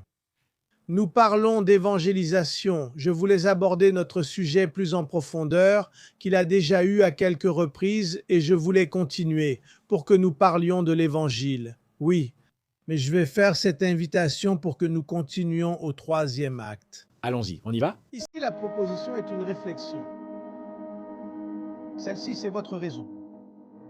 Eh bien, Pogno, installe-toi, enlève tes chaussures, pose ta tête. Tu peux aller de l'autre côté, c'est plus simple. Le but, c'est de se détendre. Je vais voir si quelqu'un te suit. Pendant qu'on réfléchissait là-bas, en discutant plus tôt, Monsieur, vous avez raconté de nombreuses histoires que beaucoup qualifieraient de miracles. D'ailleurs, vous employez le mot miracle dans le titre du livre. Des événements que la médecine n'explique pas. Dans les évangiles, il y a plusieurs moments que la médecine ne pourrait pas expliquer. Par exemple, Jésus touche un lépreux, une personne atteinte de la lèpre, et elle est guérie. Jésus met de la salive sur les yeux d'une personne aveugle et elle commence à voir. La femme souffrant d'hémorragie touche le manteau, la tunique de Jésus et elle est guérie. Pouvez-vous expliquer ces événements de votre point de vue, qui est à la fois religieux et médical? Eh bien, voyez-vous, ce passage dont vous parlez, celui de l'hémorroïs, c'est un passage qui m'a beaucoup touché, vous savez. Parce que, vous voyez, regardez, c'est ça. La femme fait tout pour toucher le manteau de Jésus. Je veux dire, c'est le côté humain de la foi. Vous avez besoin de contact. Oui. Mais ce n'est pas seulement toucher le manteau. Tu vois que Jésus parle ensuite. Parce que tout le monde touchait Jésus. Les apôtres eux-mêmes lui ont dit « Mais attends, tout le monde te touche. De quoi tu parles? Quelqu'un m'a touché. » C'est ce qu'il dit. Parce qu'une grande force est sortie de moi. Alors, c'est cette force qui sort de Jésus qui guérit. Vous pensez que c'est le fait de toucher qui a guéri cette femme? Non. C'est le fait de toucher, mais c'est la force qui a guéri. La force qui est sortie de Jésus. Sinon, ça devient un peu comme un effet placebo, n'est-ce pas? Juste le fait de toucher ici, vous voyez? Mon cerveau va faire quelque chose et va me guérir. Ce n'est pas ça. Non, une grande force est sortie comme Jésus l'a dit, n'est-ce pas? Quelqu'un m'a touché. Mais comment, maître? Parce qu'une grande force est sortie de moi. Alors, c'est la force de l'esprit qui guérit. Ce n'est pas seulement toi. Parce que, vois-tu, chaque fois qu'il y a une guérison, tu vois les guérisons dans l'Évangile, c'est toujours la personne qui demande. Ce passage dont tu parles, celui de l'aveugle. L'aveugle crie « Jésus, Jésus, Jésus ». Puis quand l'aveugle s'approche, Jésus lui demande « Qu'est-ce que tu veux ?» Putain, quelle question idiote, non? Si tu y réfléchis bien. Qu'est-ce qu'il veut, putain? Il veut voir. mais il faut toujours utiliser son cerveau. Ouais, mais ce que Jésus veut, c'est une... Affirmation de lui, il faut être d'accord avec lui. Je veux dire, en montrant le libre arbitre que nous avons toujours. Je veux dire, tu donnes ton accord, alors Dieu considère... Je veux dire, c'est la même chose que toucher le manteau, c'est la même chose. Tu vois, c'est ton oui. Je veux dire, j'ai touché, et la guérison de l'aveugle, la guérison du paralytique, alors là, c'était spectaculaire, n'est-ce pas? Celle-là, tu m'en as parlé toi-même. Ils ont mis les porteurs qui ont amené le brancardier à l'intérieur de la maison. Maintenant, regarde bien, regarde. C'est aussi l'évangile que je remettais en question au début. Oui, parce que si le Padionero parle, le Padionero, les amis de Jésus, non? Il faut regarder nos amis pour les amener à Jésus, non? Tout à coup, le Padionero arrive, le paralytique est là, allongé. Alors Jésus dit, bon, lève-toi, prends ta civière et pars. Tu as déjà pensé à ça? Un gars qui a passé toute sa vie dans un fauteuil roulant, Jésus dit, lève-toi, prends ton fauteuil roulant et ramène-le chez toi. Tu ne me comprends pas? Emporter un fauteuil roulant est la dernière chose que je souhaite.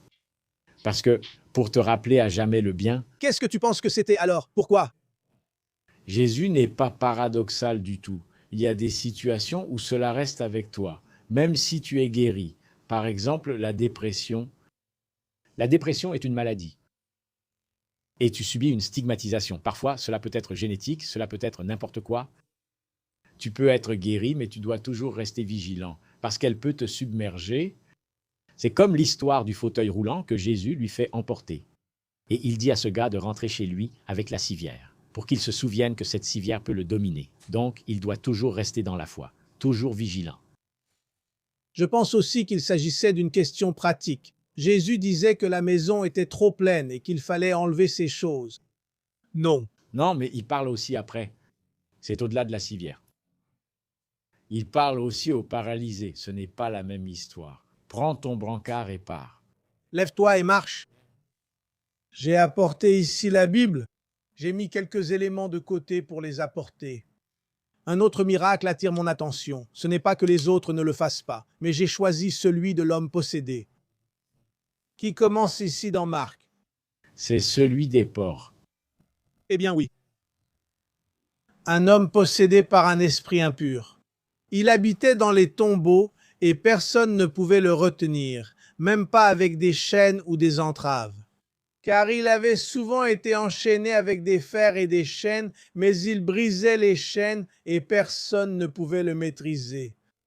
En voyant Jésus de loin, il courut et se prosterna à ses pieds. Il cria d'une voix forte, « Que me veux-tu, Jésus, fils du Dieu très haut? Je t'en conjure par Dieu, ne me tourmente pas. » Et Jésus disait, « Esprit impur, sors de cet homme. » Et ensuite, l'homme donne même un nom, c'est curieux, n'est-ce pas? Le diable s'appelle Légion, ce démon. Ce qui fait peut-être référence à la Légion romaine elle-même. Il était alors aussi vu comme un démon par les Juifs. Mais alors, la question ici est... Est-il une légion de démons? En effet. Et les esprits impurs suppliaient Jésus en disant, « Envoie-nous vers les porcs, afin que nous entrions en eux. » Il le leur permit. Et les esprits impurs étant sortis entrèrent dans les porcs. Comment comprenez-vous cet événement, monsieur? Je ne comprends vraiment pas. Je dois chercher une explication. Pourquoi des porcs? Le porc, c'est quelque chose... Était considéré comme impur, n'est-ce pas? C'était impur, donc il entrait dans l'impur. Jésus a alors été chassé de la ville, car tous les porcs sont tombés dans l'eau et sont morts. Maintenant, je ne sais pas. Maintenant, regardez. Cet évangile, ça montre vraiment que Jésus était Dieu, n'est-ce pas? Parce que le démon lui-même a reconnu la présence de Dieu. Il a dit, « Hé, qu'est-ce que tu fais ici? Laisse-nous tranquilles, n'est-ce pas? » Maintenant, quand il les a envoyés dans les porcs, c'est peut-être pour ça, non? Le porc était impur pour les Juifs, ils n'en mangent pas. Je pense que l'esprit passe déjà d'un côté impur à l'autre. Vous avez beaucoup parlé de dépression, d'anxiété, de culpabilité. La personne possédée pourrait-elle aussi être quelqu'un de dépressif, anxieux et coupable? Oui, c'est possible. Mais la personne possédée, en fait, là, c'était vraiment quelqu'un qui avait un comportement étrange. Aujourd'hui, peut-on soigner un cas comme celui-là ou est-ce un événement miraculeux? Non, c'est rare, n'est-ce pas? La possession l'est aussi. J'ai parlé du père Lara, n'est-ce pas? Être exorciste, c'est rare. Très souvent, il y a des troubles psychiatriques que les gens pensent être une possession démoniaque, mais ce n'est pas le cas, n'est-ce pas? Ce n'est pas ça. Cette personne doit vraiment se soigner. Mais pensez-vous que la possession démoniaque existe réellement? C'est rare, mais ça existe. Vous n'en avez jamais vu? Non, j'espère ne jamais en voir. Je pense que non. J'en suis sûr. Le miracle le plus complexe, le plus marquant de Jésus est peut-être la résurrection de Lazare. Oui, c'était impressionnant, non? Lazare était là depuis 3 ou 4 jours et sentait déjà mauvais. C'est ça, et il avait même, n'est-ce pas, une mauvaise odeur. Mauvaise odeur, Le corps était déjà en train de pourrir après 4 jours. et il se lève et sort. Ouais, tu vas expliquer? Comment tu expliques ça? Il n'y a pas d'explication. Il n'y a pas moyen, hein? Il faut y croire, oui ou non. Oh Seigneur, il sent déjà mauvais, mais ça fait 4 jours. Tu crois qu'il était en catalepsie? Certains disent qu'il est mort, d'autres qu'il est resté comme ça en catalepsie. C'est qu'il y a des phénomènes où parfois la science invente des situations impossibles à se produire. Alors, monsieur sentant mauvais, comment est-ce possible? Un corps en catalepsie, tu restes là 4 jours avec le cœur arrêté et qui fonctionne? Ça n'existe pas. Et qu'est-ce que Jésus dit? Regarde, ne t'ai-je pas dit que si tu crois, tu verras la gloire de Dieu? Exactement. Ici, le médicament, c'est croire, croire. C'est la foi. La guérison réside dans le fait de croire. C'est la foi. C'est bien ce que vous comprenez? Exactement. C'est ce que je pense. Et il faut avoir la foi, vous,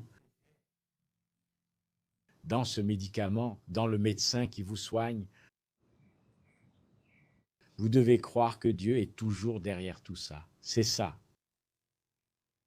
Alors les choses arrivent, mais attention, cela ne veut pas dire que tout le monde va guérir. Si tout le monde va mourir.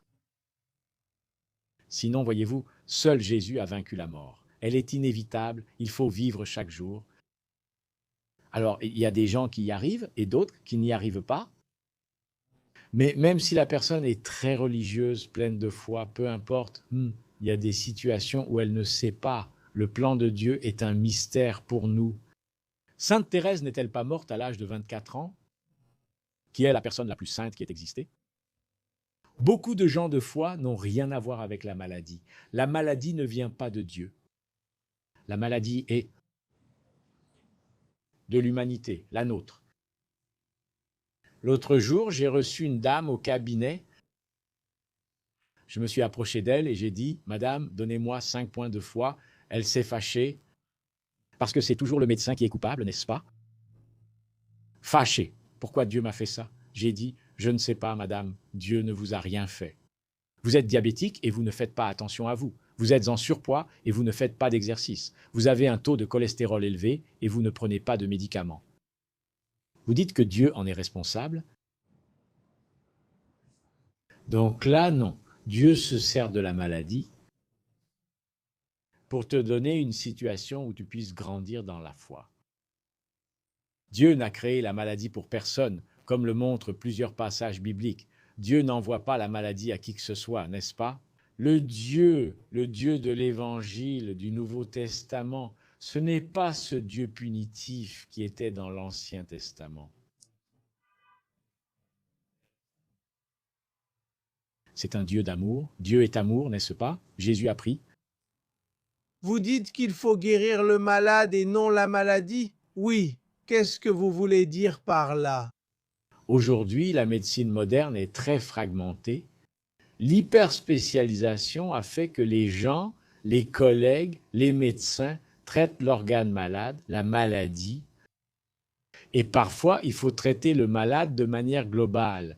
Parce que, voyez-vous, comment puis-je traiter une personne âgée qui a une maladie cardiaque? Mais elle a aussi du diabète. Et il y a aussi le côté émotionnel dans lequel nous devons nous impliquer. Alors, il faut traiter le corps, l'âme et l'esprit. Il est clair que le traitement du côté... Vous parlez souvent du corps. Du mental et de l'esprit. N'est-ce pas? Oui. Le côté spirituel, il faut faire très attention, comme je l'ai dit dans une autre partie, qu'il existe une frontière très mince entre ce qui est éthique et ce qui ne l'est pas. Donc il faut faire très attention. Si le patient aborde le côté de la spiritualité ou même la religiosité et la religion, pas de problème. Vous continuez. Ce serait génial, c'est formidable quand ça arrive. Pour moi, je trouve ça fantastique quand je demande « Souhaitez-vous parler de votre religion, peu importe laquelle ?» Si le patient commence à parler, je trouve ça merveilleux. Parce que là, on commence à aborder la Bible, à parler de passages bibliques, à parler de tout.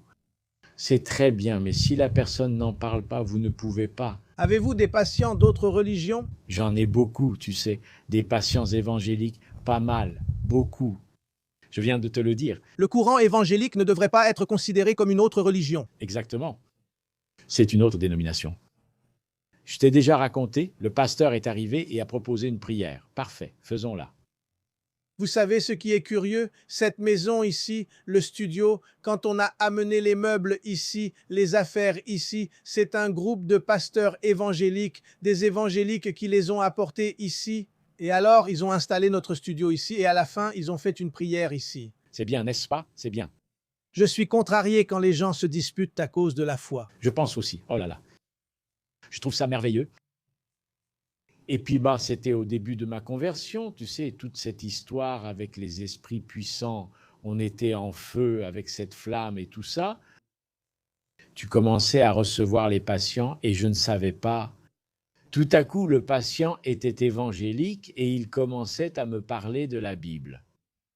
Tu sais, c'était une bonne période où j'ai beaucoup appris. On apprend beaucoup avec les évangéliques, qu'ils ont plus de formation biblique que nous, les catholiques. Désormais, ce sont les catholiques qui circulent la Bible à la main, non? Il y a une renaissance du monde catholique, n'est-ce pas, de la religion catholique? Exactement. Il y a une résurgence assez importante d'ailleurs qui a même été détectée dans des recherches. Oui, déjà, oui, de religion catholique. Que vous aimeriez qu'il y ait, si je laisse faire? Pour les prochaines générations, quel message aimeriez-vous laisser? Qu'on ne peut pas négliger notre dimension spirituelle, peu importe la religion que vous pratiquez ou non. Que cela te donne un but dans la vie. Regardez, la génération actuelle, la génération Z, qui ne vit que dans le présent, le présent, le présent, le présent. Tout, il faut d'abord l'imaginer. Que tu auras une vie après. Il est important que tu te prépares à cela. Il est donc important de prendre soin de ta vie spirituelle, quelle que soit ta religion. Crois comme tu le souhaites, quelle que soit ta croyance, peu importe. Mais ta dimension, ta rencontre avec le divin est très importante. La quête, le but de la vie, c'est toujours toi qui dois trouver le divin. Ici, c'est encore mieux, n'est-ce pas? Parce qu'ici, si tu trouves ici, tu trouveras après. Et en prenant soin de l'esprit, on prend aussi soin du foie, du royaume, du cœur, des poumons, de tout. Aujourd'hui, parce que, regarde, l'être humain a 3 dimensions, mais c'est une seule chose, d'accord? Tu as un corps, une âme et un esprit. Corps, mental et esprit. Mais c'est une seule chose. Une chose est liée à l'autre. Tu as des problèmes spirituels et mentaux. La maladie mentale est aujourd'hui un vrai problème. Anxiété, dépression, etc. Ça interfère, n'est-ce pas? Tu vois, la dépression est un facteur de risque pour l'infarctus, pour l'AVC. Aujourd'hui, c'est un facteur de risque. Donc, l'anxiété et la dépression sont des facteurs de risque psychosociaux. Il y a un lien direct avec les maladies cardiovasculaires. Et le scepticisme affecte-t-il aussi le cœur? Je ne sais pas quoi dire. Mais le scepticisme, je suis un gars sceptique, tu sais. Non, monsieur, vous n'êtes pas sceptique, non. Je suis sceptique. Je pense toujours, quand quelque chose m'arrive, je pense déjà à la probabilité que ce ne soit pas correct ou pas. Merci. Mais c'est parce que ça fait partie de la médecine, n'est-ce pas? Ce raisonnement médical, c'est ça. Vous commencez d'abord par rejeter, puis vous décidez si vous allez accepter ou non. C'est difficile. Vous avez rencontré de la résistance dans le milieu? Vous avez cité des cas, mais plus maintenant? Non, plus maintenant. Non, parce que maintenant, on m'accepte tel que je suis. Et il y a beaucoup de gens qui étaient cachés, vous savez, ils sont sortis du placard. Oui, Comment il vous appelle? Médecin de Dieu? je ne me donne aucun nom, non, non. Je reste dans mon coin, vous savez. Non, je pense que le témoignage, c'est ce qui attire les gens. Sainte Thérèse d'Avila dit ça, n'est-ce pas? Parce que c'est ton témoignage, ton comportement qui va attirer les gens. Ce n'est pas ce que je dis, ce n'est pas ce que je fais. Ce n'est pas ce que je dis, ce n'est pas ce que je fais. C'est ça, oui. Je pense que c'est ça qu'on voit chez les saints, dans la vie des saints, n'est-ce pas? Par exemple, le Père Léo. Le Père Léo, je l'ai accompagné du premier jour jusqu'au dernier jour. Je le voyais tous les jours. Et quand il m'a demandé « Qu'est-ce que j'ai ?» je lui ai dit « Tu as un cancer ». Il m'a demandé combien de temps il allait vivre. J'ai répondu « La moitié meurt en 3 mois ». Il a dit « Ce n'est pas grave ».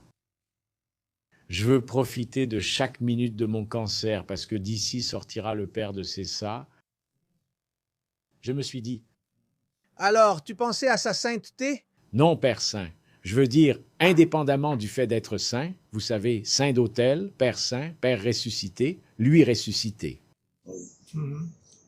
Et j'ai imaginé, j'ai dit, ce qu'il va traverser, il ne le sait pas. Tu crois qu'il ne s'est jamais plaint? Jamais. Et il a vécu combien de temps? Rien, dis-moi. Il a souffert avec mon collègue, condamné, il est devenu aveugle. Il n'entendait plus, ne marchait plus, ne faisait plus rien. Imagine cet homme. Parfois, rien ne guérit, n'est-ce pas? Ça ne se guérit pas. Il arrive un moment où vous dites, ni la foi ni la médecine ne guérissent. Ce n'est pas que vous ne veuillez pas. Tu vas jusqu'à un certain point, n'est-ce pas? Il y a une limite. Non, personne n'a vaincu la mort, seul Jésus. Voilà. J'allais déjà vous appeler père, mais je vais vous appeler docteur Roque Savioli. Merci beaucoup. Non, pas père, non. Merci beaucoup. Merci, ce fut un plaisir de vous rencontrer. Le plaisir est partagé, vraiment. Merci d'avoir partagé vos connaissances Pour votre compassion. Et aussi, et votre cœur, vos intestins, vos veines, vos poumons et votre cerveau. merci beaucoup d'être venu recevoir.